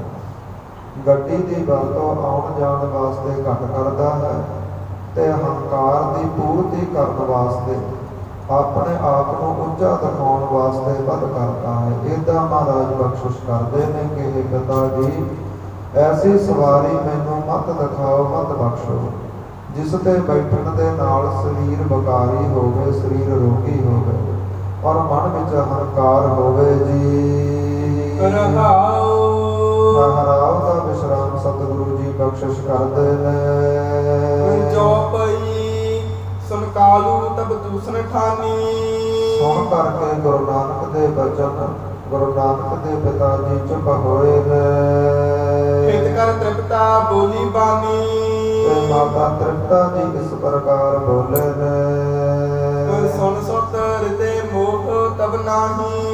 ਇਹ ਪੁੱਤਰ ਜੀ ਤੁਹਾਡੇ ਦਿਲ ਵਿੱਚ ਤਾਂ ਸਾਡੇ ਪ੍ਰਤੀ ਪਰ ਵੀ ਪ੍ਰੇਮ ਨਹੀਂ ਹੈ। ਮਿਲਹੁ ਕਟੰਬ ਚਲਹੁ ਕਰਮਾਹੀ। ਤੇ ਘੱਟੋ ਘੱਟ ਜਾ ਕੇ ਆਪਣੇ ਪਰਿਵਾਰ ਨੂੰ ਮਿਲ ਲਵੋ ਜਿਹੜੇ ਸਾਥ ਸੰਬੰਧੀ ਆਏ ਨੇ। ਬੇਦੀ ਅਪਰ ਸਨੇਹੀ ਸਭੀ। ਬੇਦੀਆਂ ਦੀ ਕੁੱਲ ਦੇ ਜਿਹੜੇ ਹੋਰ ਚਾਚੇ ਮਾਮੇ ਨੇ ਸਾਰੇ ਹੀ ਇਸ ਪ੍ਰਕਾਰ ਘਰੇ ਬੈਠੇ ਨੇ। ਗਤ ਉਡੀਕ ਆਏ ਹੈ ਕਬਹੀ। ਕਦੋਂ ਗੁਰੂ ਨਾਨਕ ਘਰ ਚੱਲ ਕੇ ਆਵੇਗਾ, ਸਾਰੇ ਘਰ ਵਿੱਚ ਬੈਠੇ ਨੇ। ਤਬ ਪਾਛੇ ਕਰ ਰੁਚਰ ਬਨਾਵਾ। ਤੇ ਜਦੋਂ ਦਾ ਤੁਸੀਂ ਪੁੱਤਰ ਜੀ ਘਰੋਂ ਗਏ ਹੋ ਨਾ, ਤੁਹਾਡੇ ਜਾਣ ਦੇ ਪਿੱਛੋਂ ਅਸੀਂ ਘਰ ਬੜਾ ਸੋਹਣਾ ਬਣਾਇਆ ਹੈ। ਤਾਂ ਪਰ ਹਮ ਬਹੁ ਦਰਬ ਲਗਾਵਾ। ਘਰ ਦੇ ਉੱਪਰ ਬੜੀ ਮਾਇਆ ਖਰਚੀ ਹੈ। ਚਲੋ ਤਾਤ ਅਬ ਤਾਕੋ ਦੇਖੋ। ਚਲੋ ਪੁੱਤਰ ਜੀ ਜਾ ਕਰਕੇ ਆਪਣਾ ਸੁੰਦਰ ਘਰ ਵੇਖ ਲਵੋ। ਜਹ ਮੈਂ ਬੈਠਤ ਹਰਖ ਬਸੇਖੋ। ਜਿਸ ਘਰ ਦੇ ਵਿੱਚ ਬੈਠ ਕਰਕੇ ਤੁਹਾਨੂੰ ਬੜੀ ਖੁਸ਼ੀ ਮਿਲੇਗੀ। ਸੋਬਨ ਵਾਏ ਤੁਮਰੇ ਹਿਤਾ। ਪੁੱਤਰ ਜੀ ਜਿਹੜਾ ਸੁੰਦਰ ਘਰ ਅਸੀਂ ਮਾਇਆ ਖਰਚ ਕੇ ਬਣਾਇਆ, ਇਹ ਭਲਾ ਕਿਹਦੇ ਵਾਸਤੇ ਬਣਾਇਆ ਹੈ? ਅਸੀਂ ਤਾਂ ਹੁਣ ਬਜ਼ੁਰਗ ਹੋਏ ਹਾਂ, ਇਹ ਤਾਂ ਘਰ-ਬਾਰ ਸਾਰਾ ਹੀ ਤੁਹਾਡੇ ਵਾਸਤੇ ਹੈ। ਸੁਨ ਬੋਲੇ ਪ੍ਰਭ ਕਿਰਪਾ ਨਿਕੇਤਾ। ਮਾਤਾ ਦੇ ਬਚਨ ਸੁਣ ਕਰਕੇ ਗੁਰੂ ਨਾਨਕ ਪਾਤਸ਼ਾਹ ਜੀ ਕਿਰਪਾ ਦੇ ਘਰ ਬੋਲੇ ਨੇ। ਘਰ ਮੰਦਰ ਖੁਸ਼ੀ ਨਾਮ ਕੀ। ਸੰਤ ਜੀ ਜੋ ਘਰ ਹੁੰਦੇ ਨੇ ਉਹ ਕੱਚਿਆਂ ਨੂੰ ਕਿਹਾ ਜਾਂਦਾ ਹੈ ਘਰ, ਪੱਕਿਆਂ ਨੂੰ ਕਿਹਾ ਜਾਂਦਾ ਹੈ ਮੰਦਰ। ਗੁਰੂ ਨਾਨਕ ਪਾਤਸ਼ਾਹ ਕਹਿੰਦੇ ਜਿਹੜੇ ਇਹ ਕੱਚੇ ਔਰ ਪੱਕੇ ਘਰ ਮੰਦਰ ਨੇ, ਮੇਰੇ ਲਈ ਤਾਂ ਪਰਮੇਸ਼ਰ ਦਾ ਨਾਮ ਹੈ। ਪਰਮੇਸ਼ਰ ਦਾ ਨਾਮ ਹੀ ਕੱਚੇ ਪੱਕੇ ਮੇਰੇ ਲਈ ਘਰ ਮੰਦਰ ਨੇ। ਨਦਰ ਤੇਰੀ ਪਰਵਾਰ। ਤੇ ਪਰਮੇਸ਼ਰ ਦੀ ਜਿਹੜੀ ਦ੍ਰਿਸ਼ਟੀ ਹੈ ਮੇਰੇ ਵੱਲ, ਇਹੀ ਮੇਰਾ ਪਰਿਵਾਰ ਹੈ। ਹੁਕਮ ਸੋਈ ਤੁਧ ਭਾਵਸੀ। ਤੇ ਹੁਕਮ ਜੋ ਪਰਮੇਸ਼ਰ ਦਾ ਹੁੰਦਾ ਹੈ ਉਹੀ ਮੈਨੂੰ ਭਾਉਂਦਾ ਹੈ। ਹੋਰ ਆਖਣ ਬਹੁਤ ਅਪਾਰ। ਹੋਰ ਦੁਨਿਆਵੀ ਲੋਕਾਂ ਵੱਲੋਂ ਦਿੱਤੀਆਂ ਗਈਆਂ ਸਲਾਹਾਂ, ਕੀਤੇ ਗਏ ਸਵਾਲ ਜਵਾਬ ਸਾਰੇ ਹੀ ਵਿਅਰਥ ਹੁੰਦੇ ਨੇ। ਨਾਨਕ ਸੱਚਾ ਪਾਤਸ਼ਾਹ। ਇੱਕ ਅਕਾਲ ਪੁਰਖ ਵਾਹਿਗੁਰੂ ਹੀ ਸੱਚਾ ਪਾਤਸ਼ਾਹ ਹੈ। ਪੁੱਛ ਨਾ ਕਰੇ ਵਿਚਾਰ। ਜੋ ਕਿਸੇ ਦੀ ਸਲਾਹ ਨਹੀਂ ਲੈਂਦਾ, ਕਿਸੇ ਤੋਂ ਵਿਚਾਰਾ ਨਹੀਂ ਪੁੱਛਦਾ, ਜੋ ਉਸ ਨੂੰ ਭਾਉਂਦਾ ਉਹੀ ਕਰਦਾ ਹੈ। ਬਾਬਾ ਹੋਰ ਸੋਹਣਾ ਖੁਸ਼ੀ ਖੁਆਰ। ਇਸ ਪ੍ਰਕਾਰ ਗੁਰੂ ਨਾਨਕ ਪਾਤਸ਼ਾਹ ਕਹਿੰਦੇ ਹੈ ਬਾਬਾ ਕਲਿਆਣ ਚੰਦ ਜੀ, ਐਸਿਆਂ ਸੁੰਦਰ ਘਰਾਂ ਦੇ ਵਿੱਚ ਸੌਣ ਵਾਸਤੇ ਮੈਨੂੰ ਮਤ ਕਹੋ। ਜਗ ਸੁੱਤੈ ਤਨ ਪੀੜੀਐ। ਜਿਸ ਘਰ ਦੇ ਵਿੱਚ ਸੁੱਤਿਆਂ ਤੋਂ ਸਰੀਰ ਵਿੱਚ ਪੀੜਾ ਉੱਠਣ, ਮਨ ਮਹਿ ਚਲਹਿ ਵਿਕਾਰ। ਤੇ ਮਨ ਹੰਕਾਰੀ ਹੋਵੇ। ਜਿਸ ਪ੍ਰਕਾਰ ਸੰਗਤ ਜੀ ਅਸੀਂ ਆਪਣੇ ਸੁਖ ਵਾਸਤੇ ਬੜੇ ਮਹਿੰਗੇ ਮਹਿੰਗੇ ਗੱਦੇ ਖਰੀਦਦੇ, ਬਿਲ ਖਰੀਦਦੇ ਹਾਂ, ਏਸੀ ਹੀਟਰ ਆਦਿ ਲਾਉਂਦੇ ਹਾਂ, ਤੇ ਇਸ ਦੇ ਵਿੱਚੋਂ ਸਾਨੂੰ ਪ੍ਰਾਪਤੀ ਕੀ ਹੁੰਦੀ ਹੈ ਕਿ ਅੰਮ੍ਰਿਤ ਵੇਲਾ ਨਹੀਂ ਸਾਂਭਿਆ ਜਾਂਦਾ। ਐਸੀ ਸੁੱਖ ਦੀ ਨੀਂਦ ਆਉਂਦੀ ਹੈ ਨਾ, ਐਸੀ ਆਨੰਦ ਦੀ ਨੀਂਦ ਆਉਂਦੀ ਹੈ। ਤੇ ਬੰਦਾ ਅਲਾਰਮ ਲਾ ਕੇ ਵੀ ਪੈ ਜਾਵੇ ਤੇ ਬਾਰ-ਬਾਰ ਅਲਾਰਮ ਬੰਦ ਕਰਕੇ ਜੋ ਸੌਣ ਦਾ ਆਨੰਦ ਆਉਂਦਾ ਹੈ, ਉਹ ਸਾਰਾ ਹੀ ਇਸ ਪ੍ਰਕਾਰ ਇਹਨਾਂ ਸੁੰਦਰ ਮਕਾਨਾਂ ਦੀ ਦੇਣ ਹੈ। ਜੋ ਬੰਦਾ ਗੁਰੂ ਤੋਂ ਟੁੱਟਦਾ ਹੈ, ਸੇਵਾ ਸਿਮਰਨ ਤੋਂ ਟੁੱਟਦਾ ਹੈ, ਪਾਤਸ਼ਾਹ ਨੇ ਆਪਣੇ ਸਿੱਖਾਂ ਤਾਈਂ ਸੁੰਦਰ ਮਕਾਨ ਤਾਂ ਬਖਸ਼ ਦਿੱਤੇ, ਪਰ ਸੁੰਦਰ ਘਰਾਂ ਦੇ ਵਿੱਚ ਰਹਿ ਕਰਕੇ ਅਸੀਂ ਪ੍ਰਾਪਤ ਕੀ ਕੀਤਾ? ਗੁਰੂ ਤੋਂ ਟੁੱਟੇ, ਹੰਕਾਰੀ ਹੋ ਗਏ ਆ। ਐਡੀਆਂ ਐਡੀਆਂ ਕੋਠੀਆਂ ਪਾਈਆਂ ਨੇ, ਰਹਿਣ ਵਾਸਤੇ ਘੱਟ ਨੇ, ਵਿਖਾਉਣ ਵਾਸਤੇ ਜ਼ਿਆਦਾ ਨੇ, ਤੇ ਹੰਕਾਰ ਪੈਦਾ ਹੋ ਜਾਣਾ। ਆਂਢੀਆਂ ਗਵਾਂਢੀਆਂ ਆਪਣੇ ਸ਼ਰੀਕੇ ਵਾਲਿਆਂ ਨੂੰ ਨੀਵਾਂ ਦਿਖਾਉਣਾ। ਇਸ ਪ੍ਰਕਾਰ ਮਹਾਰਾਜ ਕਹਿੰਦੇ ਕਿ ਇਹ ਬਾਬਾ ਹੈ ਪਿਤਾ ਜੀ, ਐਸੇ ਘਰਾਂ ਵਿੱਚ ਸੌਣ ਵਾਸਤੇ ਮਤ ਕਹੋ ਜਿਨ੍ਹਾਂ ਘਰਾਂ ਦੇ ਵਿੱਚ ਅੰਮ੍ਰਿਤ ਵੇਲੇ ਜਾਗ ਨਾ ਆਵੇ, ਜਿਨ੍ਹਾਂ ਘਰਾਂ ਦੇ ਵਿੱਚ ਰਹਿ ਕਰਕੇ ਮਨ ਹੰਕਾਰੀ ਹੋਵੇ, ਆਪਣੇ ਆਪ ਨੂੰ ਉੱਚਾ ਸਮਝਿਆ ਜਾਵੇ ਤੇ ਇਸ ਪ੍ਰਕਾਰ ਹਾਲਦੇ ਨੂੰ ਨੀਵਾਂ ਦਿਖਾਇਆ ਜਾਵੇ।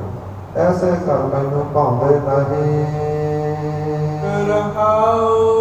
ਠਹਿਰਾਓ ਦਾ ਵਿਸ਼ਰਾਮ ਸਤਿਗੁਰੂ ਜੀ ਬਖਸ਼ਿਸ਼ ਕਰਦੇ ਨੇ। ਦੋਹਰਾ ਸੁਣ ਜਨਨੀ ਮਮ ਬਚਨ ਕੋ। ਸੁਣ ਕਰਕੇ ਗੁਰੂ ਨਾਨਕ ਪਾਤਸ਼ਾਹ ਜੀਆਂ ਦੇ ਮੁਖੋਂ ਐਸੇ ਬਚਨ ਆਪ ਲੋਰਿਦਾ ਉਦਾਸ। ਇਸ ਪ੍ਰਕਾਰ ਗੁਰੂ ਨਾਨਕ ਪਾਤਸ਼ਾਹ ਕਹਿੰਦੇ ਹੈ, ਮਾਤਾ ਜੀ ਮੇਰੇ ਬਚਨ ਸੁਣੋ, ਮੇਰੇ ਬਚਨ ਸੁਣ ਕਰਕੇ ਉਦਾਸ ਨਾ ਹੋਵੋ। ਦੇਸ ਵਿਦੇਸ਼ ਬਿਲੋਕ ਕੈ। ਦੇਸ਼ਾਂ ਵਿਦੇਸ਼ਾਂ ਵਿੱਚ ਜਦੋਂ ਮੈਂ ਵਿਚਰ ਜਾਵਾਂਗਾ, ਸਾਰੇ ਦੇਸ਼ ਵਿਦੇਸ਼ ਘੁੰਮ ਲਵਾਂਗਾ। ਬਾਹਰੋਂ ਆਏ ਆਵਾਸ। ਤੇ ਮੈਂ ਆਪਣੇ ਆਪ ਘਰ ਆ ਜਾਵਾਂਗਾ, ਘਰੇ ਆ ਕੇ ਰਹਿਣਾ ਕਰਾਂਗਾ ਜੀ। ਚੌਪਈ ਹੇ ਸੁਤ ਤੈ ਅਸ ਬੈਨ ਉਚਾਰੇ। ਇਹ ਪੁੱਤਰ ਜੀ ਤੁਸੀਂ ਜਿਹੜੀ ਇਹ ਗੱਲ ਕਹੀ ਹੈ ਨਾ ਕਿ ਮੈਂ ਦੇਸ਼ ਵਿਦੇਸ਼ ਘੁੰਮਿਆ ਆਵਾਂਗਾ, ਫੇਰ ਘਰ ਆਵਾਂਗਾ। ਹਿਰਦੈ ਸਾਥ ਕਿਉ ਆਪ ਹਮਾਰੇ। ਐਸੇ ਬਚਨ ਸੁਣ ਕਰਕੇ ਪੁੱਤਰ ਦੇ ਤੇ ਮਾਤਾ ਪਿਤਾ ਨੂੰ ਕਿਵੇਂ ਸ਼ਾਂਤੀ ਆਵੇਗੀ। ਦਵਾਦਸ ਬਰਖ ਬਤੀਤੇ ਆਏ। ਪੁੱਤਰ ਜੀ ਤੁਸੀਂ 12 ਸਾਲਾਂ ਬਾਅਦ ਨਗਰ ਵਿੱਚ ਆਏ ਹੋ। ਪਰ ਵਿਸੇ ਸਦਨ ਨਾ ਪਾਗ ਇੱਕ ਪਾਏ। ਤੇ 12 ਸਾਲਾਂ ਬਾਅਦ ਆ ਕਰਕੇ ਵੀ ਘਰੇ ਪੈਰ ਨਹੀਂ ਪਾਇਆ। ਬਹਿਰ ਤੇ ਬਹਿਰ ਕਰੋ ਤੁਮ ਪਿਆਨਾ। ਤੁਸੀਂ ਬਾਰ-ਬਾਰ ਹੀ ਮੁੜਨਾ ਚਾਹੁੰਦੇ ਹੋ। ਹਮਰੋ ਕਹਿਓ ਨਾ ਇੱਕ ਮਨ ਮਾਨਾ। ਤੇ ਸਾਡੀ ਕਹੀ ਗੱਲ ਤੁਸੀਂ ਇੱਕ ਵੀ ਨਹੀਂ ਮੰਨੀ।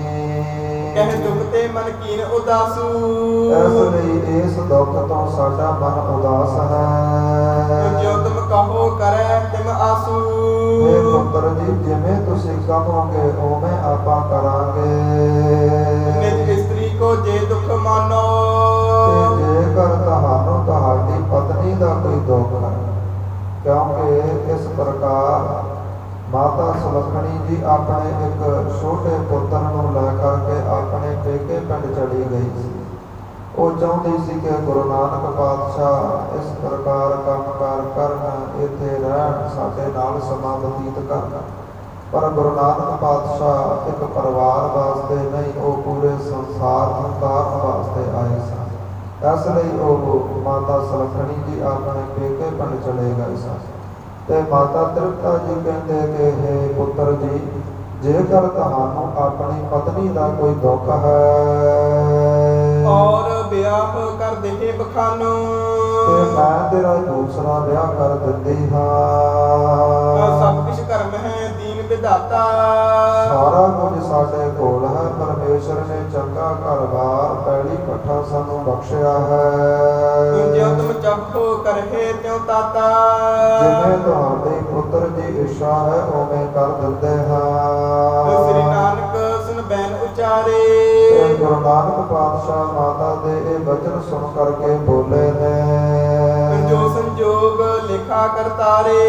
ਕਿ ਮਾਤਾ ਜੀ ਜਿਹੜਾ ਸੰਜੋਗ ਜਿਸ ਦੇ ਨਾਲ ਅਕਾਲ ਪੁਰਖ ਵਾਹਿਗੁਰੂ ਨੇ ਮੇਰਾ ਲਿਖ ਦਿੱਤਾ ਹੈ, ਸੋਈ ਭਲਾ ਨਾ ਚਾਹੋ ਔਰੀ। ਉਹੀ ਮੇਰੇ ਲਈ ਚੰਗਾ ਹੈ, ਹੋਰ ਦੀ ਮੇਰੇ ਮਨ ਵਿੱਚ ਇੱਛਾ ਨਹੀਂ ਹੈ। ਜਹ ਰੱਖੋ ਤਹ ਠੌਰੀ। ਨਾਲੇ ਜਿੱਥੇ ਅਕਾਲ ਪੁਰਖ ਵਾਹਿਗੁਰੂ ਜਿਸ ਨੂੰ ਰੱਖਦਾ ਹੈ ਉੱਥੇ ਹੀ ਬੰਦਾ ਰਹਿੰਦਾ ਹੈ। ਰਹਿਣ ਜਾਨ ਹਮਰੇ ਕਰਨਾ ਹੀ। ਤੇ ਬੰਦੇ ਦੇ ਬਸ ਕੁਝ ਵੀ ਨਹੀਂ ਹੁੰਦਾ, ਕਿੱਥੇ ਰਹਿਣਾ ਹੈ, ਕਿੱਥੇ ਜਾਣਾ ਹੈ। ਸ੍ਰੀ ਕਰਤਾਰ ਅਧੀਨ ਆਹੀ। ਤੇ ਗੁਰੂ ਨਾਨਕ ਪਾਤਸ਼ਾਹ ਕਹਿੰਦੇ ਅਸੀਂ ਤਾਂ ਵਾਹਿਗੁਰੂ ਦੇ ਹਮੇਸ਼ਾ ਹੀ ਅਧੀਨ ਹਾਂ। ਜਹ ਚਾਹਤ ਸੋ ਤਹਾਂ ਪਠਾਵੈ। ਤੇ ਜਿੱਥੇ ਉਹਦੀ ਇੱਛਾ ਹੁੰਦੀ ਹੈ ਨਾ, ਉੱਥੇ ਬੰਦੇ ਨੂੰ ਭੇਜਦਾ ਹੈ। ਨੱਕ ਨਾਥ ਖਸਮ ਹੱਥ ਕਿਰਤ ਧੱਕੇ ਦੇ, ਜਹਾਂ ਦਾਣੇ ਤਹਾਂ ਖਾਣੇ, ਨਾਨਕਾ ਸਚ ਹੈ। ਜਿਸ ਬਿਨ ਏਕੋ ਬੋਲ ਨ ਆਵੈ। ਤੇ ਬੰਦੇ ਦੇ ਆਉਣ ਜਾਣ ਦੀ ਗੱਲ ਤਾਂ ਛੱਡੋ, ਪਰਮੇਸ਼ਰ ਦੇ ਹੁਕਮ ਤੋਂ ਬਿਨਾਂ ਤਾਂ ਇੱਕ ਵੀ ਬੋਲ ਇਸ ਮੁਖ ਤੋਂ ਨਹੀਂ ਨਿਕਲਦਾ। ਹਿਤ ਕਰ ਕਾਲੂ ਕਹੈ ਸੁਨ ਤਾਤਾ। ਤੇ ਬੜੇ ਪ੍ਰੇਮ ਦੇ ਨਾਲ ਬਾਬਾ ਕਲਿਆਣ ਚੰਦ ਜੀ ਬੋਲੇ, ਪੁੱਤਰ ਜੀ ਸੁਣੋ ਹੁਣ। ਛੱਡ ਅਵਾਈਆ ਕਰਹਿ ਜੋ ਬਾਤਾਂ। ਜਿਹੜੀਆਂ ਅੜਵਾਈਆਂ ਤੁਸੀਂ ਕਰਦੇ ਹੋ ਪੁੱਤਰ ਜੀ, ਇਹ ਛੱਡ ਦੇਵੋ। ਬੇਫਿਕੀਰੀ ਤਨ ਤੇ ਤਿਆਗੋ। ਜਿਹੜਾ ਇਹ ਫਕੀਰੀ ਵਾਲਾ ਲਿਬਾਸ ਹੁਣ ਛੱਡ ਦੇਵੋ। ਸਦਨ ਕ੍ਰਿਤ ਮਹਿ ਮਨ ਅਨੁਰਾਗੋ। ਤੇ ਘਰ ਦੇ ਵਿੱਚ ਰਹਿ ਕਰਕੇ ਘਰ ਦਾ ਕੰਮ ਕਰੋ, ਘਰ ਦੇ ਕੰਮ ਨਾਲ ਪ੍ਰੇਮ ਕਰੋ ਜੀ।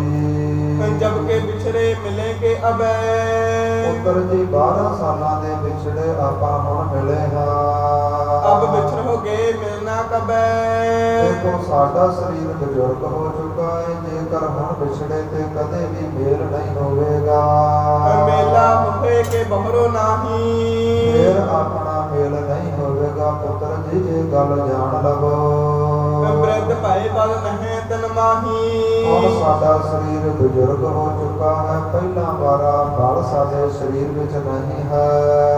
ਬੈਸ ਬਤੀਤ ਗਈ ਮਮਸਾਰੀ। ਤੁਹਾਡੀ ਯਾਦ ਦੇ ਅੰਦਰ ਸਾਡੀ ਸਾਰੀ ਉਮਰ ਬਤੀਤ ਹੋ ਗਈ ਹੈ। ਜਰਾ ਗਰਾਸ ਲੀਏ ਦੇਹ ਹਮਾਰੀ। ਦੇਖੋ ਸਾਡਾ ਸਰੀਰ ਵਡੇਪੇ ਨੇ ਗਰਾਸ ਲਿਆ ਹੈ, ਪਕੜ ਲਿਆ ਹੈ। ਅੰਤ ਸਮਾਂ ਅਬ ਭਇਓ ਸਮੀਪਾ। ਹੁਣ ਤਾਂ ਸਾਡਾ ਅੰਤਲਾ ਸਮਾਂ ਪੁੱਤਰ ਜੀ ਆਇਆ ਹੈ। ਸਨ ਬੋਲੇ ਬੇਦੀ ਕੁਲਦੀਪਾ। ਪਿਤਾ ਦੇ ਬਚਨ ਸੁਣ ਕਰਕੇ ਗੁਰੂ ਨਾਨਕ ਪਾਤਸ਼ਾਹ ਜੀ ਬੋਲੇ ਨੇ। ਮਾਰੂ ਮਹੱਲਾ ਪਹਿਲਾ। ਮਾਰੂ ਰਾਗ ਅੰਦਰ ਗੁਰੂ ਨਾਨਕ ਪਾਤਸ਼ਾਹ ਜੀ ਬਖਸ਼ਿਸ਼ ਕਰਦੇ ਨੇ। ਪਿਛਲੋ ਰਾਤੀ ਸੱਦੜਾ। ਗੁਰੂ ਨਾਨਕ ਪਾਤਸ਼ਾਹ ਜੀ ਕਹਿੰਦੇ, ਪਿਤਾ ਜੀ ਜਦੋਂ ਇਹ ਮਨੁੱਖਾ ਦੇਹੀ ਪ੍ਰਾਪਤ ਹੋਈ ਹੈ ਨਾ, ਤੇ ਪਿਛਲ ਰਾਤ ਰਹਿੰਦੇ, ਜਦੋਂ ਰਾਤ ਦੇ 3 ਪਹਿਰ ਬਤੀਤ ਹੋ ਜਾਣ, ਜਿਹੜੇ 12 ਤੋਂ 3 ਦਾ ਸਮਾਂ ਔਰ ਅਖੀਰਲਾ ਪਹਿਰ ਹੈ ਨਾ, ਰਾਤ ਦੀ ਸਮਾਪਤੀ ਹੁੰਦੀ ਹੈ, ਅੰਮ੍ਰਿਤ ਵੇਲੇ ਦੀ ਆਰੰਭਤਾ ਹੁੰਦੀ ਹੈ। ਨਾਮ ਕਸਮ ਕਾ ਲੇਹੇ। ਉਸ ਵੇਲੇ ਮਨੁੱਖ ਉੱਠੇ, ਇਸ਼ਨਾਨ ਪਾਨ ਕਰੇ ਤੇ ਪਰਮੇਸ਼ਰ ਦਾ ਨਾਮ ਜਪੇ ਜੀ। ਖੇਮੇ ਛਤਰ ਸਰਾਏ ਤੇ ਚੇ। ਐਸੇ ਨਾਮ ਜਪਣ ਵਾਲਿਆਂ ਲੋਕਾਂ ਦੇ ਸਿਰਾਂ ਦੇ ਉੱਪਰ ਹਮੇਸ਼ਾ ਹੀ ਸੁੰਦਰ ਚੰਦੋਏ ਕਨਾਤਾਂ ਛਤਰ ਝੂਲਦੇ ਨੇ। ਦਿਸਨ ਰਥ ਪੀੜੇ। ਤੇ ਅੰਤਲੇ ਸਮੇਂ ਫਿਰ ਰਥ ਜਿਹੜੇ ਜੁੜ ਕੇ ਆਉਂਦੇ ਨੇ, ਭਗਤ ਲੋਕ ਉਹਨਾਂ ਨੂੰ ਲੈਣ ਆਉਂਦੇ ਨੇ। ਜਿਨੀ ਤੇਰਾ ਨਾਮ ਧਿਆਇਆ। ਤੇ ਜਿਨ੍ਹਾਂ ਨੇ ਪਰਮੇਸ਼ਰ ਦਾ ਨਾਮ ਜਪਿਆ ਹੋਵੇ, ਜਿਨ ਕੋ ਸਦ ਮਿਲੇ। ਉਹਨਾਂ ਨੂੰ ਇਹ ਚੀਜ਼ਾਂ ਚਬਰ ਸ਼ਤਰ ਤਖਤ ਪ੍ਰਾਪਤ ਹੁੰਦੇ ਨੇ। ਉਹਨਾਂ ਨੂੰ ਭਗਤ ਲੋਕ ਲੈਣ ਆਉਂਦੇ ਨੇ। ਤੇ ਜਿਨ੍ਹਾਂ ਨੇ ਨਾਮ ਨਹੀਂ ਜਪਿਆ, ਸਾਰੀ ਰਾਤ ਬੇਕਾਰਾਂ ਵਿੱਚ ਬਤੀਤ ਕੀਤੀ, ਅੰਮ੍ਰਿਤ ਵੇਲੇ ਜਾਗੇ ਨਹੀਂ, ਦਿਨ ਚੜ੍ਹਦਿਆਂ ਜਾਗੇ ਤੇ ਉੱਠ ਕੇ ਰਸੋਈ ਵੱਲ ਮੂੰਹ ਕਰ ਲਿਆ, ਉਹਨਾਂ ਨੂੰ ਤਾਂ ਫਿਰ ਜਮ ਹੀ ਪਕੜਦੇ ਨੇ। ਬਾਬਾ ਮੈਂ ਕਰਮਹੀਨ ਕੂੜਿਆਰ। ਗੁਰੂ ਨਾਨਕ ਪਾਤਸ਼ਾਹ ਕਹਿੰਦੇ ਨੇ ਕਿ ਇਹ ਅਕਾਲ ਪੁਰਖ ਵਾਹਿਗੁਰੂ ਮੈਂ ਭੈੜੇ ਕਰਮਾਂ ਵਾਲਾ ਝੂਠਾ ਹਾਂ। ਨਾਮ ਨਾ ਪਾਇਆ ਤੇਰਾ। ਤੇਰਾ ਨਾਮ ਤਾਂ ਮੈਂ ਕਦੇ ਜਪਿਆ ਰਹੇ। ਅੰਦਾ ਭਰਮ ਭੂਲਾ ਮਨ ਮੇਰਾ। ਉਹ ਵੇਖਣ ਵਾਸਤੇ ਅੱਖਾਂ ਤਾਂ ਦਿੱਤੀਆਂ, ਇਹਦੇ ਨਾਲ ਵਿਕਾਰ ਸੰਸਾਰ ਹੀ ਵੇਖਿਆ ਹੈ। ਪਰਮਾਰਥ ਦਾ ਗੁਰੂ ਘਰ ਦਾ ਰਸਤਾ ਕਦੇ ਵੀ ਪਹਿਚਾਣਿਆ ਨਹੀਂ। ਰਹਾਉ ਦਾ ਵਿਸ਼ਰਾਮ ਸਤਿਗੁਰੂ ਜੀ ਦਿੰਦੇ ਨੇ। ਸਾਧ ਕੀਤੇ ਦੁੱਖ ਪਰਫੁੜੇ। ਤੇ ਜਿਹੜੇ ਇਸ ਸਰੀਰ ਦੇ ਨਾਲ ਵਿਕਾਰ ਭੋਗੇ ਨੇ ਨਾ, ਤੇ ਵਿਕਾਰਾਂ ਵਿੱਚੋਂ ਸੁੱਖ ਪ੍ਰਾਪਤ ਨਹੀਂ ਹੋਇਆ, ਦੁੱਖ ਹੀ ਪੈਦਾ ਹੋਏ ਨੇ। ਪੂਰਬ ਲਿਖੇ ਮਾਏ। ਤੇ ਜੋ ਮੇਰੇ ਪਿਛਲੇ ਕਰਮਾਂ ਦੇ ਲਿਖੇ ਲੇਖ ਸਨ, ਉਹਨਾਂ ਅਨੁਸਾਰ ਇਹ ਜੀਵਨ ਭੋਗਿਆ ਹੈ। ਸੁਖ ਥੋੜੇ ਦੁੱਖ ਅਗਲੇ। ਤੇ ਵਿਕਾਰਾਂ ਦੇ ਵਿੱਚੋਂ ਜਿਹੜੇ ਸੁੱਖ ਤਾਂ ਥੋੜੇ ਪ੍ਰਾਪਤ ਪਾਲ ਘੜੀ ਪਲ ਦੇ ਪ੍ਰਾਪਤ ਹੋਏ ਨੇ, ਤੇ ਜਿਹੜੇ ਦੁੱਖ ਨੇ ਉਹ ਇਸ ਲੋਕ ਦੇ ਔਰ ਅਗਲੇ ਪਰਲੋਕ ਦੇ ਵੀ ਮਿਲੇ ਨੇ। ਦੁਖੇ ਦੁਖ ਵਿਹਾਏ। ਤੇ ਇਹਨਾਂ ਦੁੱਖਾਂ ਦੇ ਅੰਦਰ ਹੀ ਜੀਵਨ ਬਤੀਤ ਕਰ ਦਿੰਦਾ ਹੈ। ਵਿਛੜਿਆ ਵਿਛੜੈ। ਤੇ ਜਿਹੜੇ ਲੋਕ ਪਰਮੇਸ਼ਰ ਦੇ ਨਾਲੋਂ ਵਿਛੜ ਗਏ ਹੋਣ, ਪਰ ਸੰਸਾਰ ਦੇ ਵਿੱਚ ਵਿਛੜਨਾ ਉਹਨਾਂ ਲਈ ਕੋਈ ਵੱਡੀ ਗੱਲ ਨਹੀਂ, ਕਿਉਂਕਿ ਜਿਹੜੇ ਪਰਮੇਸ਼ਰ ਦੇ ਨਾਲੋਂ ਹੀ ਵਿਛੜੇ ਨੇ, ਸੰਸਾਰ ਦੇ ਜਿਹੜੇ ਵਿਛੋੜੇ ਉਹਨਾਂ ਲਈ ਕੋਈ ਵੱਡੇ ਨਹੀਂ। ਮਿਲਿਆ ਕਾ ਕਿਆ ਮੇਲ।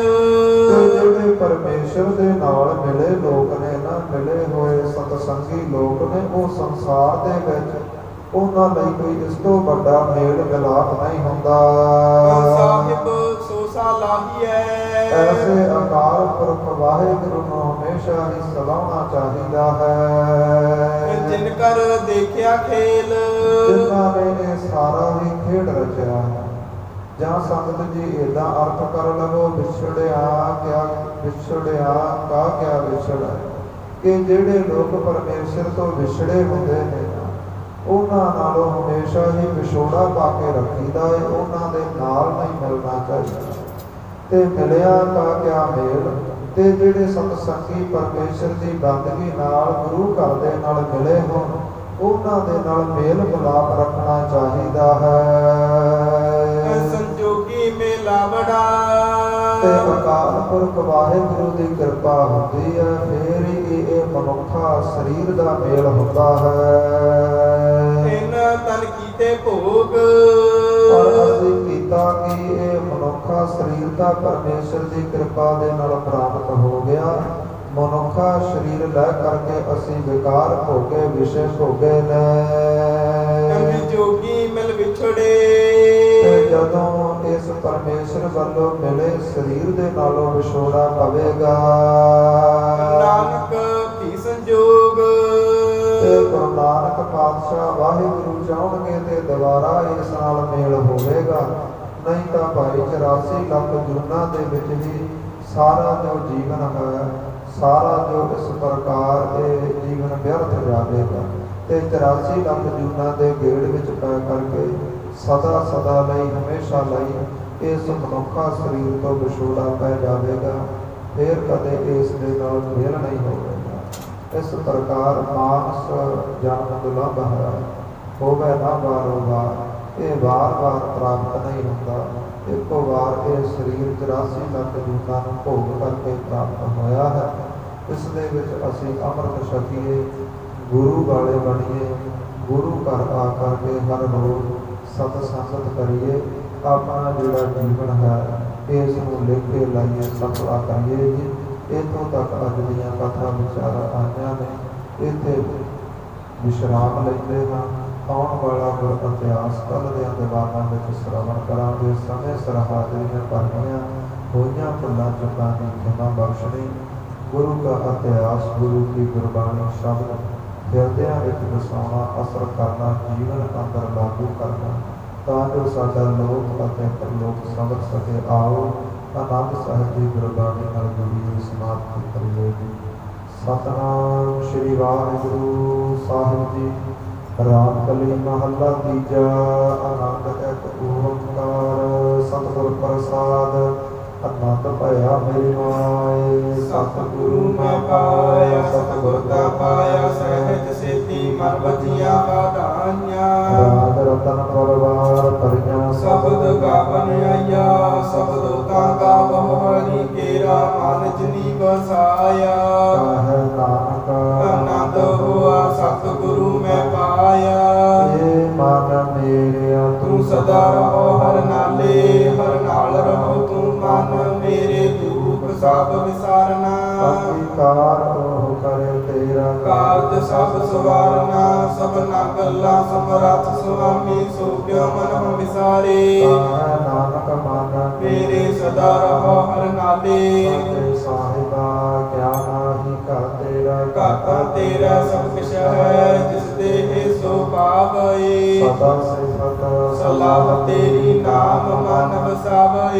ਨਾਮ ਜਿਨ ਕਾ ਮਨ ਵਸਿਆ ਵਾਜੇ ਸ਼ਬਦ ਕਨੇਰੇ, ਕਾਹੈ ਨਾਨਕ ਸੱਚੇ ਸਾਹਿਬ ਕਿਆ ਨਾਹੀ ਕਰਤੇ ਰਹਿ। ਸੱਚਾ ਨਾਮ ਮੇਰਾ ਆਧਾਰੋ, ਸਾਚ ਨਾਮ ਆਧਾਰ ਮੇਰਾ, ਜਿਨ ਭੁੱਖਾਂ ਸਭ ਗਵਾਈਆਂ। ਕਰ ਸਾਥ ਸੁਖ ਮਨ ਮਨ ਆਏ ਵਸਿਆ, ਜਿਨ ਇੱਛਾ ਸਭ ਪੁਜਾਈਆਂ। ਸਦਾ ਕੁਰਬਾਨ ਕੀਤਾ ਗੁਰ ਬਿਟਹੁ ਜਸ ਦਿਆਈ। ਇਹ ਵਡਿਆਈਆਂ ਪਾਵੈ ਨਾਨਕ ਸੰਭੋ ਸੰਤ ਹੋ ਸਬਦ ਧਰਮ ਪਿਆਰੋ, ਸਾਚਾ ਨਾਮ ਮੇਰਾ ਆਧਾਰੋ।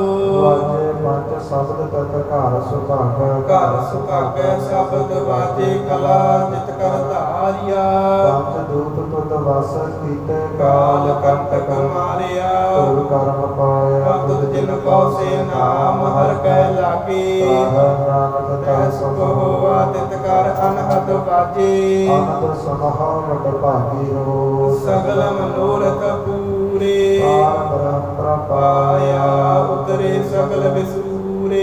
ਦੁਖ ਰੋਗ ਸੰਤਾਪ ਉਤਰੇ ਸੁਣੀ ਸੱਚੀ ਬਾਣੀ। ਸੰਤ ਸਾਜਨ ਭਏ ਸਭ ਸੇ ਪੂਰੇ ਗੁਰ ਤੇ ਜਾਣੀ। ਤੇ ਪਨੀਤ ਕਹਤੇ ਪਵਿੱਤ ਸਤਿਗੁਰ ਰਹਿਆ ਭਰਪੂਰੇ। ਬਿਨਵੰਤ ਨਾਨਕ ਗੁਰ ਚਰਨ ਲਾਗੇ, ਵਾਜੇ ਅਨਹਦ ਤੂਰੇ। ਸਲੋਕ ਪਵਨ ਗੁਰੂ ਪਾਣੀ ਪਿਤਾ ਮਾਤਾ ਧਰਤ ਮਹਤ, ਦਿਵਸ ਰਾਤ ਦੁਇ ਤਾਈ। ਦਾਇਆ ਖੇਲੇ ਸਗਲ ਜਗਤ, ਚੰਗਿਆਈਆ ਬੁਰਿਆਈਆ ਵਾਜੈ ਧਰਮ ਦੂਰ।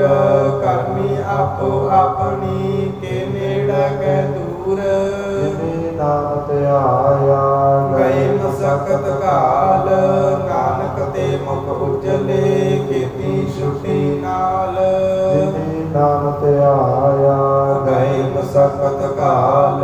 ਨਾਨਕ ਤੇ ਮੁਖ ਉਜਲੇ। ਕੀਤੀ ਛੁਟੀ ਨਾਲ। ਵਾਹਿਗੁਰੂ ਜੀ ਕਾ ਖਾਲਸਾ ਵਾਹਿਗੁਰੂ ਜੀ ਕੀ ਫਤਿਹ।